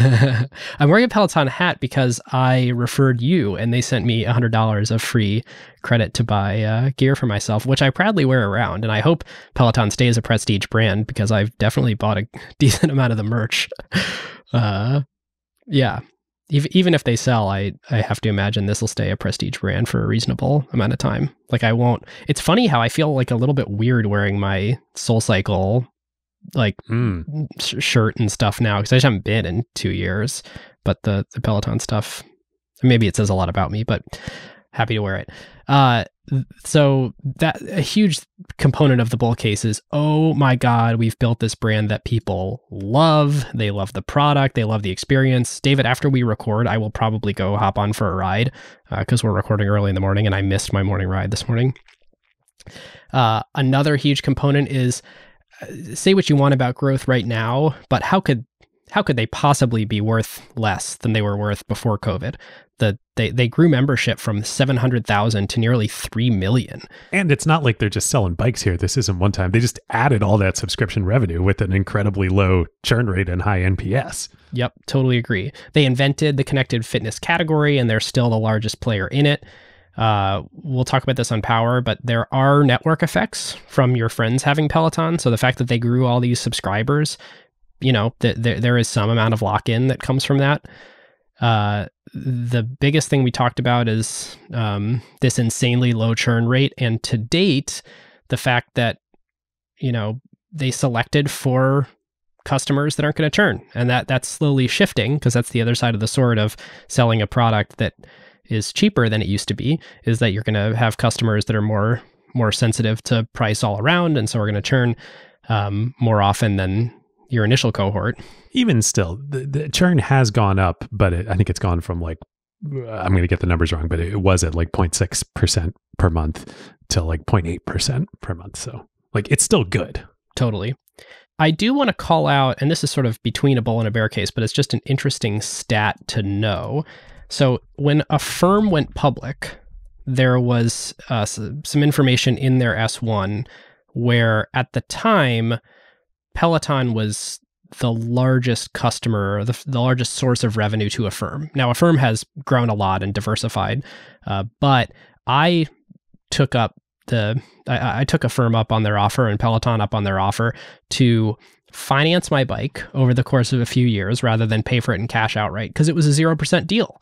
So someone was basically saying, do you want to keep investing your money and you can pay us once a month over the course of 2 years and generate some money while, you keep the float. And I was like, sure, I'll do that deal. That sounds... I know how the insurance business works. all day I will do that deal. And it's funny how much I've thought about this for how little the actual dollars are that is like marginal for me to have done this versus paying cash. But I did. And that's the most Ben Gilbert thing that is possible. I love it. But what's interesting is the fact that they offered it at all. So when you look under the covers of why was Peloton willing to offer 0%, or why was Affirm willing to offer 0%, what does that deal look like? Well, Peloton and Affirm did a back-end deal where Peloton said, if you agree, Affirm, to do 0% financing, we will pay you an amount in order to make it worth your while. And so you tell us what, that amount is. At the time of IPO, of Affirm's IPO, 28% of all of the revenue in the previous year leading up to the IPO was from the Peloton deal. Wow. Which, if I'm doing the math right, based on what their revenue numbers were at the time, that is $150 million a year that Peloton was paying to Affirm to offer this 0% financing thing. So that gives you a sense of how much Peloton knows and knew even then, oh my God, we need to expand down market because we are saturating our wonderfully price insensitive core customer base or initial customer base. Wow. That's huge. And the whole, we're about to release a great LP show episode with Christina Malas-Curiazzi, who just joined Bain Capital Ventures. She's been a longtime friend of mine, but was an early employee at Affirm. And we talk with her about the whole buy now, pay later space. And that's the key, one of the key value props to merchants is this enables sales that wouldn't happen otherwise. But oh my gosh, yeah. But I think that's just, you're right. This is between a bull and a bear, but trending into the bear category here, the focus on their core customer is really things have gotten so wonky in the past year plus. Well, the bear case to make out of that is when you look at their demand recently, the fact that they only grew 9% in Q4 and 5% in Q1, even though they have this Affirm deal out there, even though they're dropping the prices on their bikes, that's the scary thing, is that their attempts to make this more interesting at more price points to a much broader swath of people is not really working. So yeah, I think unless you have more, I think the last bull case, which I think really is a valid bull case, is hey, I don't like to put faith in single people in general, but I do think there is a lot of fundamental, to my mind, my experience as a customer with Peloton makes me believe that there have been just bad product and marketing decisions over the past year. I mean, almost that is not a controversial statement at all. There have 100% been bad product and marketing. Well, and bad strategy, bad financial decisions, bad forecasting. You got to think that Barry can make a huge difference in fixing a lot of these issues. Yes, for sure. I mean, Barry's not going to be the product person by any means, but that's why Foley's there. That's why all the great people that they brought on are there, and hopefully Barry can provide the right sort of, it's almost like the check and balance to make sure that Peloton can do its thing of creating products and brand and experiences that people love without screwing themselves over financially. Yep. And the market liked the news. Peloton was up 25% yesterday. Yeah. It's kind of a bear case to bring in a CFO, a career CFO as a CEO. That is a strong admission of how in trouble a company is. But I suppose at the trading down where it is, that makes it a bull case to want to invest if you feel like that person can sort of turn it around. Yep. It's definitely not giving Barry enough credit to call him a career CFO, especially given his divisional responsibility in building the ads business at Spotify. But you know what? The right comp might be to Apple when they transition. I mean, this was a much different high-flying company at the time of transition, but transitioning from a product founder, product person who was the founder of the company as CEO to an operational, financial, supply chain, contractual, legal person. And maybe Barry can be the Tim Cook of Peloton. Yeah, that's actually a great analogy.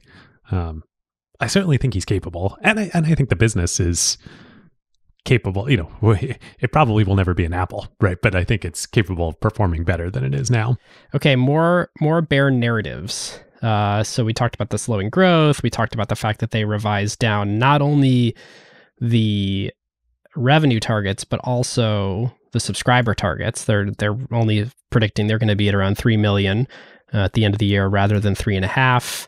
They have piled up $1.3 billion worth of bikes and treadmills, and it's not good to hold it on the books. Another interesting narrative that I haven't seen as much around Peloton specifically, but seems to be a fairly widely held belief, is that in the last 10 plus years, there has not been a breakout consumer hardware piece of technology that survives as a standalone company. And you look back at Fitbit and GoPro and Jambox. I even want to call out, this one's going to be a serious callback, but Flip Video. Some of these companies that kind of invented a new category, and they built, they imbued it with meaning, and they pioneered it on, technology that was hardware that was just now available. But that investment doesn't pay itself back. Lots of cheap facsimiles come in and they can't defend the castle. And, you look at Jambox, they made a $300 Bluetooth speaker, and now you can get $20 Bluetooth speakers that are reasonable. And Jambox, of course, went out of business. Flip Video sold to Cisco in a very strange M&A. GoPro, still an independent company, but certainly not the high flyer it was when it first IPO'd. Fitbit, couldn't really survive Apple coming into their market, and ultimately landed at Google. I think there's probably a similar story around Nest. Again, a little bit weird and some bungled M&A. But I'm trying to think of what. I suppose Sonos might be the only example of a recent consumer hardware company that has been successful, and with Sonos successful kind of in quotes, as a standalone public business. I thought about bringing this up earlier in the episode, and I decided not to, because I decided it was unfair to Peloton. And I still think it's unfair, but is an interesting point of comparison. The only very strong counterpoint I can think of is Tesla. I thought you were going to go there. Yeah. And lots of different dynamics there. But, if you just look at what Tesla has done with, in many ways, a very resonant strategy, a similar, harmonizing strategy with Peloton of start with the high end, the Elon master plan, right? And then how they've adapted that over the past several years. It was not that long after Peloton was started that the Model S came out.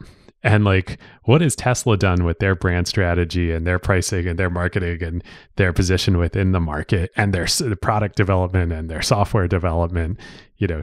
Model S to Model X, double down on the high end brand. And, and then the Model 3, which was affordable, but it was it's still aspirational, right? You're competing with BMW now. You're not going all the way down to Toyota. The autopilot launch, Tesla has executed incredibly well and incredibly strategically through, again, different but resonant market dynamics. Well, they've also been able to manipulate the capital markets to raise capital on a ton of capital on extremely favorable terms. I'm using manipulate with a lowercase m, not accusing them of doing something that has legal implications. And they, to that point, they had their near-death moments too. Totally.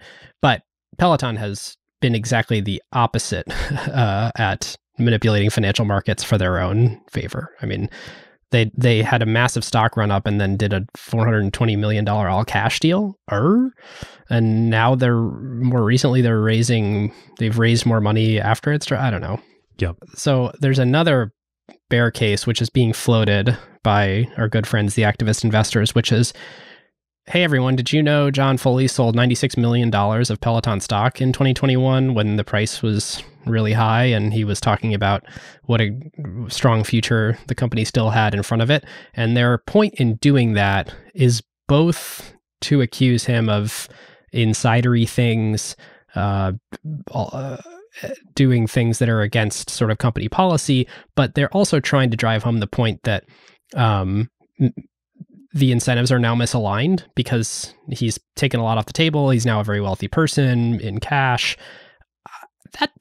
that doesn't hold a lot of water to me, though, because his current remaining stock, even at the closing price on Monday, was $500 million. So I don't care if you have $96 million. The potential of turning that 500 million into 1, 2, 3 billion, that's motivating. So come on. And also, like, it's hard to, look, he started Peloton in late 2011, early 2012. It's been a long journey, and he talks about on the How I Built This episode, it's not like, even though he had done well in his career, like he didn't have any big wins. He wasn't fabulously wealthy before starting, he wasn't a ramen founder, but he wasn't, he didn't have $96 million. Let's put it that way. So I can't begrudge him that.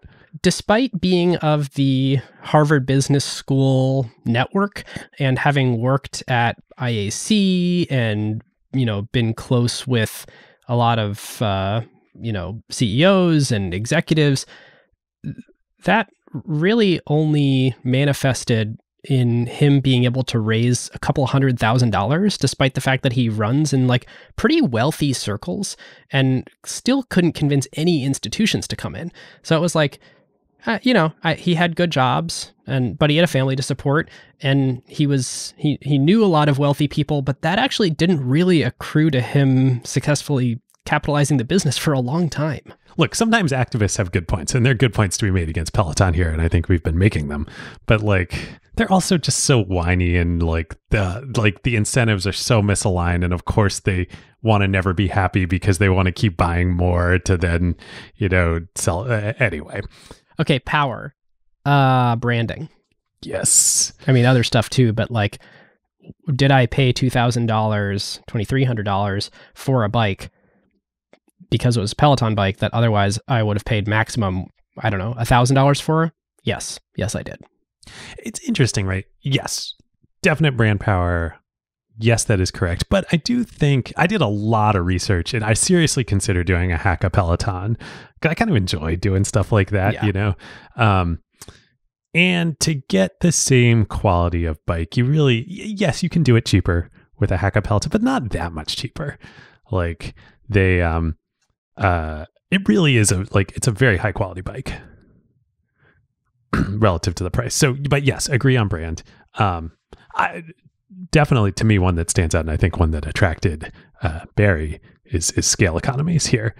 Like, the amount that Peloton can invest, even with the music variable cost overhang, but the amount that they can invest in content and in the best instructors, I think, which is where this plays out the most, relative to a SoulCycle, to a Flywheel, to anything else. And then even relative to other connected fitness companies, because Peloton has the largest member base, just like with Netflix, they can invest in more great content because they have more resources from more subscribers, and then that's a virtuous flywheel.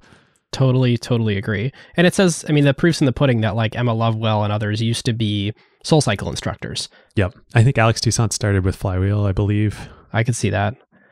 Yeah, it just makes total sense that Peloton would say, like, we can make this much more interesting for you, both in terms of fame, dollars, career advancement, because your rides are going to be 5,000 people instead of 40. And duh, you're going to get the best instructors and content. Which, does that make, do the contracts, I don't know what the contracts look like, but would that make the instructors and all the content that they've produced a cornered resource? If at least my perception is that is the best on-demand content that I can get for working out. Yep. Certainly the library of content. And it's interesting with, I'm curious what your feeling is on this from a user perspective. It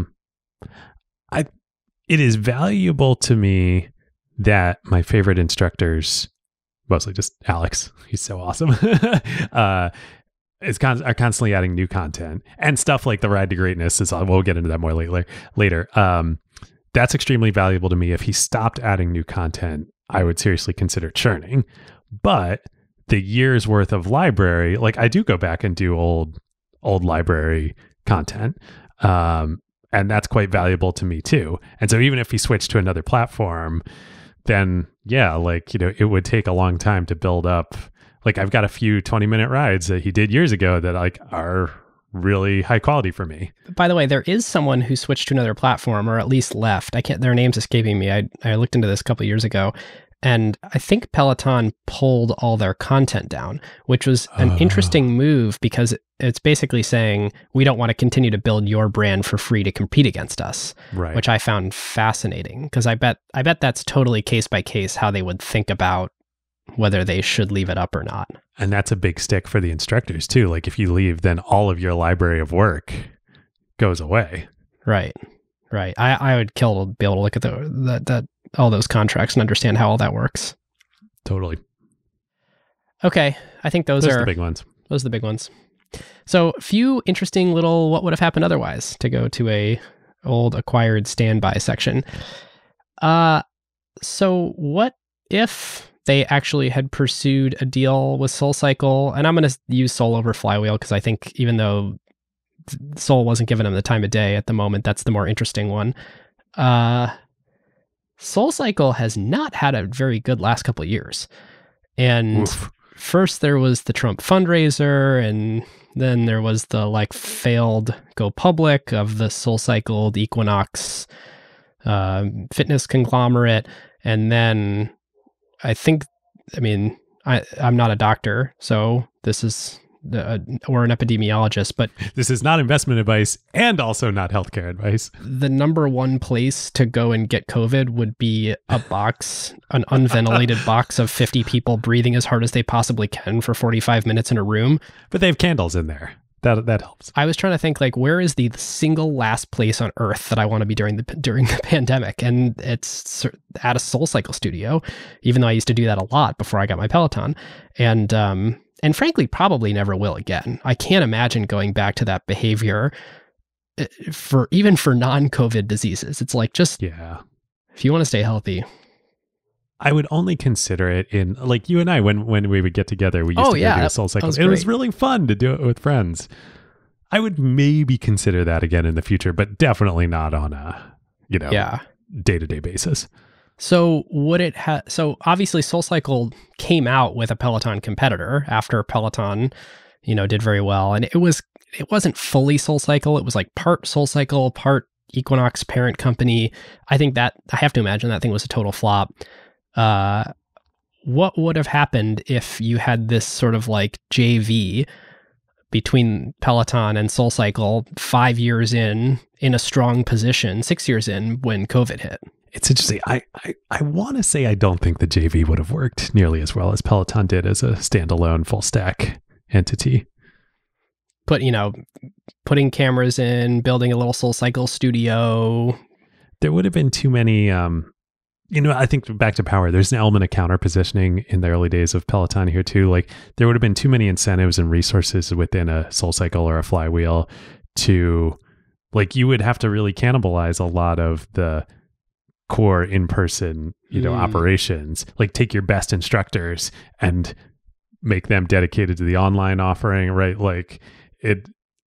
There would have been some weird dynamics there. Every class kind of prints money. So if you're running one of those local studios, you're well, right now you could just record that and put it on this JV with Peloton, but I think that would be lower quality content than what a full, the Peloton rides are so produced. In doing this, I was looking at videos about their control room and the number of cameras that they have set up. And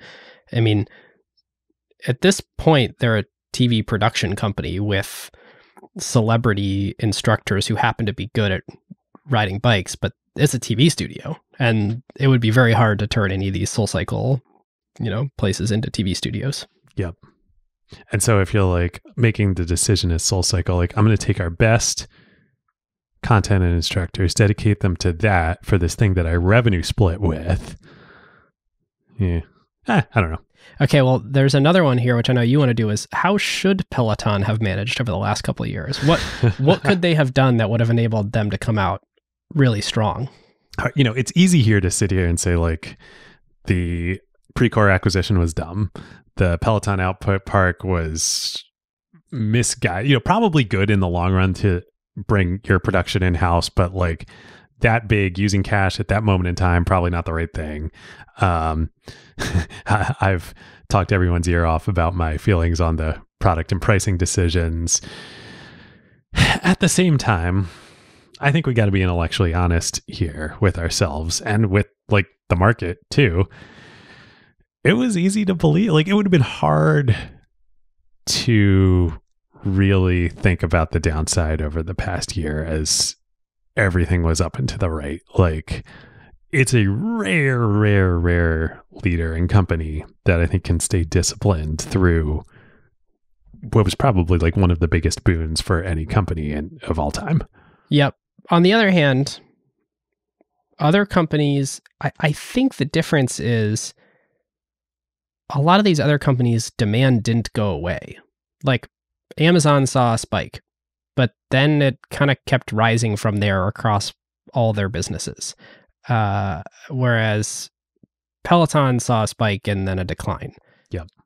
It's funny. I was thinking about what would be an interesting comparison here. And I think Eric Yuan against John Foley is sort of an interesting one, or let's just say Zoom against Peloton. Both of these were pandemic era go-go stocks that have totally crashed. Peloton down over 80% from peak, Zoom down over 70%. But for Zoom, despite the fall, I think it's still growing revenues at close to 100% year over year and is a free cash flow positive machine. Monster. Whereas Peloton is deeply unprofitable on a full bottom line, still raising billions from the public market with new stock issuances. They seemed convinced that this demand spike would last forever with these acquisitions and expensive investments. It's funny, like I don't want to blame the management as much as I kind of want to blame, well, maybe it is management, but it's like kind of inability to forecast and know that demand was drying up and being in a business that just requires a lot more moving pieces, a lot more atoms, and that's just really hard. This demand spike created huge complexities for Peloton as a business in a way that, for Zoom, like, yeah, it created some complexities for Zoom. Like, I don't want to say like it was just easy, but like, they're shipping software. Like it's different here. All right. Well, before we grade this one and bring it home, this one will be fun to grade. Paint the A and the C and maybe the F scenarios for our friend Barry. I think we should talk about our final sponsor, the SoftBank Latin America Fund, which is a wonderful fund run by good friends of ours at this point. So SoftBank created this fund with a simple thesis that the region was overflowing with innovative founders and great opportunities, as you know, but was always short on the one essential ingredient of capital. And so, as you've heard from Shu and Paolo, leaders of the SoftBank LATAM Fund on previous episodes, one of the big lessons that they learned while deploying $8 billion into 70 plus companies is that technology in LATAM is less about disruption, the way that we tend to think about it, and more about inclusion, because the vast majority of the population is underserved in almost every category, from banking to transportation to e-commerce. Most businesses also aren't really served by modern software solutions. So there's just so much to build for so many people and so many businesses in Latin America, and we wanted to tell you about another one today, another example called Olist, a leading Brazil-based sales platform. So Olist provides technology and market intelligence to increase revenue for merchants. Founded in 2015, they are a one-stop shop for helping merchants get online and capture opportunity in Brazil's fast-growing e-commerce market. They offer catalog services, market intelligence, operational tools, buyer support, logistics services, and more. And this is just one great example of how SoftBank is partnering with great founders with the capital they need and the experience that they have to build and shape the future of Latin America now. So if you're thinking about your next move in your career and maybe you want to start or join a company in Latin America, maybe you want to co-invest along with SoftBank, there really is no one better to go and bet on the region alongside. So to learn more, click the link in the show notes or go to latinamericafund.com. They're the best. We are such huge fans. And as you say, friends at this point. They really are. They're great folks, Paolo and Shu and the whole team there. Yep. All right. Let's grade this one. So I think what we should do is paint the A scenario and maybe a C or an F scenario for what Barry does from here, and what those outcomes are. Yeah. Well, maybe let's start with the C scenario, because I think that's the sort of more interesting one. F is obvious, of like, this business falls off a cliff and, there's no more demand ever. Sells for parts. It all, yeah, right. I don't think that's likely, but anyway, that's. I think a C is it's selling in the next 6 months. 6 to 12 months, I agree. For $8 to $10 billion.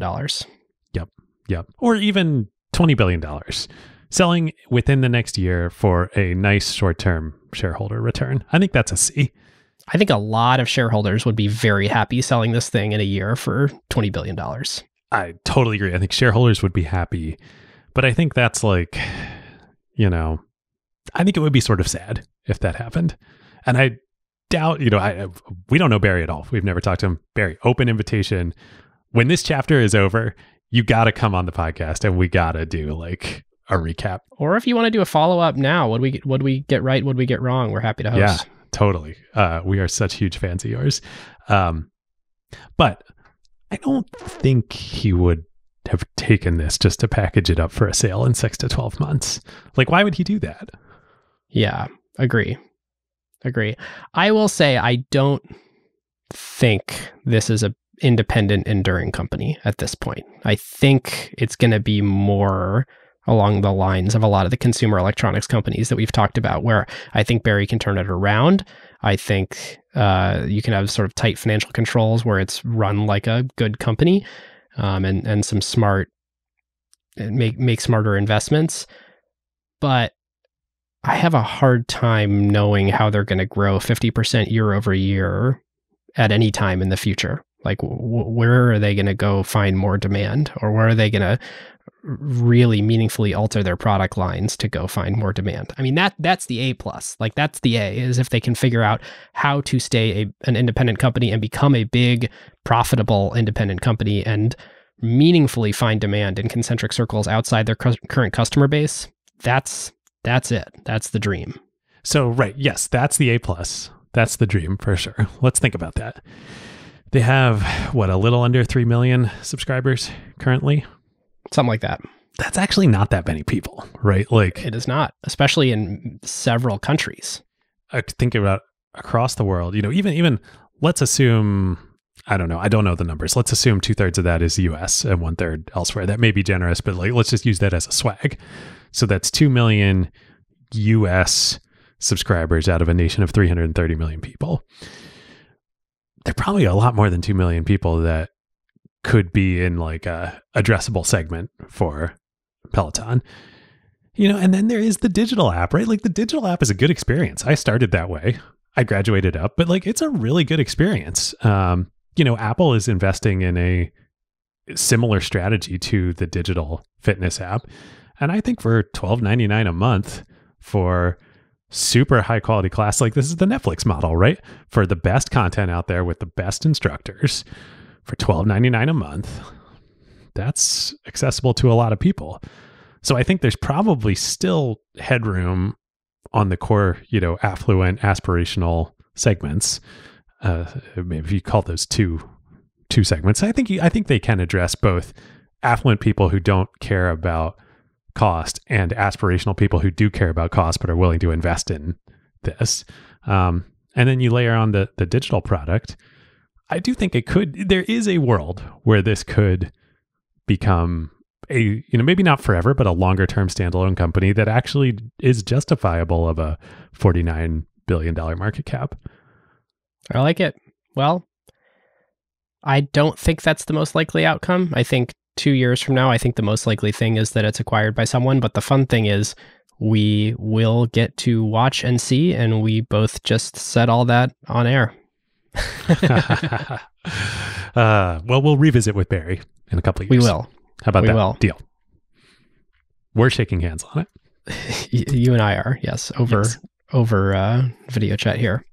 Carve Out? Carve Outs. So, related Carve Out, as I said at the top of the episode, whether you enjoyed this emergency pod or not, whatever you think of it, go watch that interview with Barry McCarthy at the Hill School. It is so good. And really the only artifact, long form interview with him dedicated to just him. There's some stuff where he talks about direct listing on the A16Z podcast and others, but that's just about him and his career.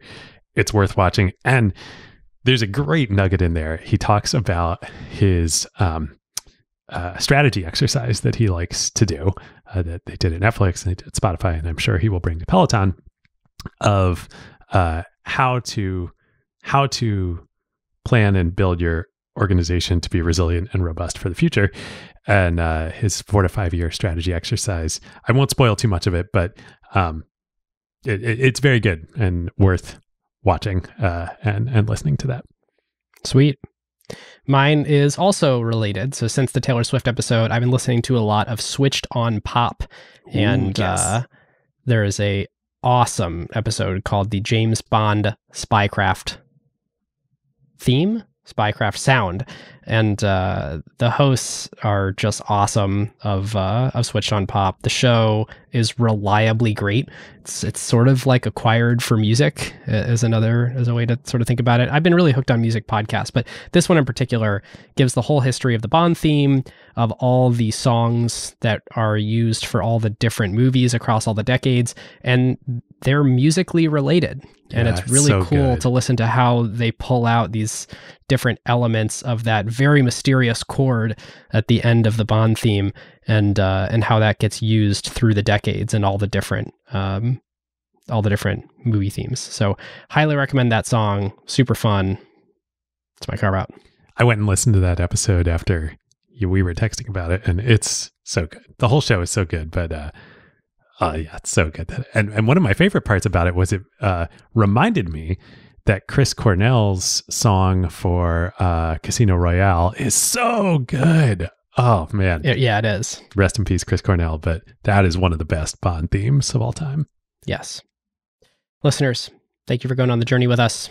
Go check out the LP show. Our latest episode with the NZS Capital folks is really good. Like they're just so smart. And if you're staring at stock tickers, getting anxious, this I mean, not investment advice, but like it will help you bring a cool, steady hand it's a nice warm cup of tea. Otherwise trying times. Yes. And if you want to join us for the Zoom call tonight, if you're listening to this on drop day, then join acquired.fm/LP, and we will see you in the Zoom later tonight. We have a job board, acquired.fm/jobs. Find your next great career move. And yeah, tell your friends about this. You can find us in video on Spotify, right alongside Taylor Swift and many other great artists and podcasts, or anywhere where you get your podcasts. And thank you to Vouch, the SoftBank Latin America Fund, and listeners. We'll see you next time. We'll see you next time. Who got the truth? Is it you? Is it you? Is it you? Who got the truth now?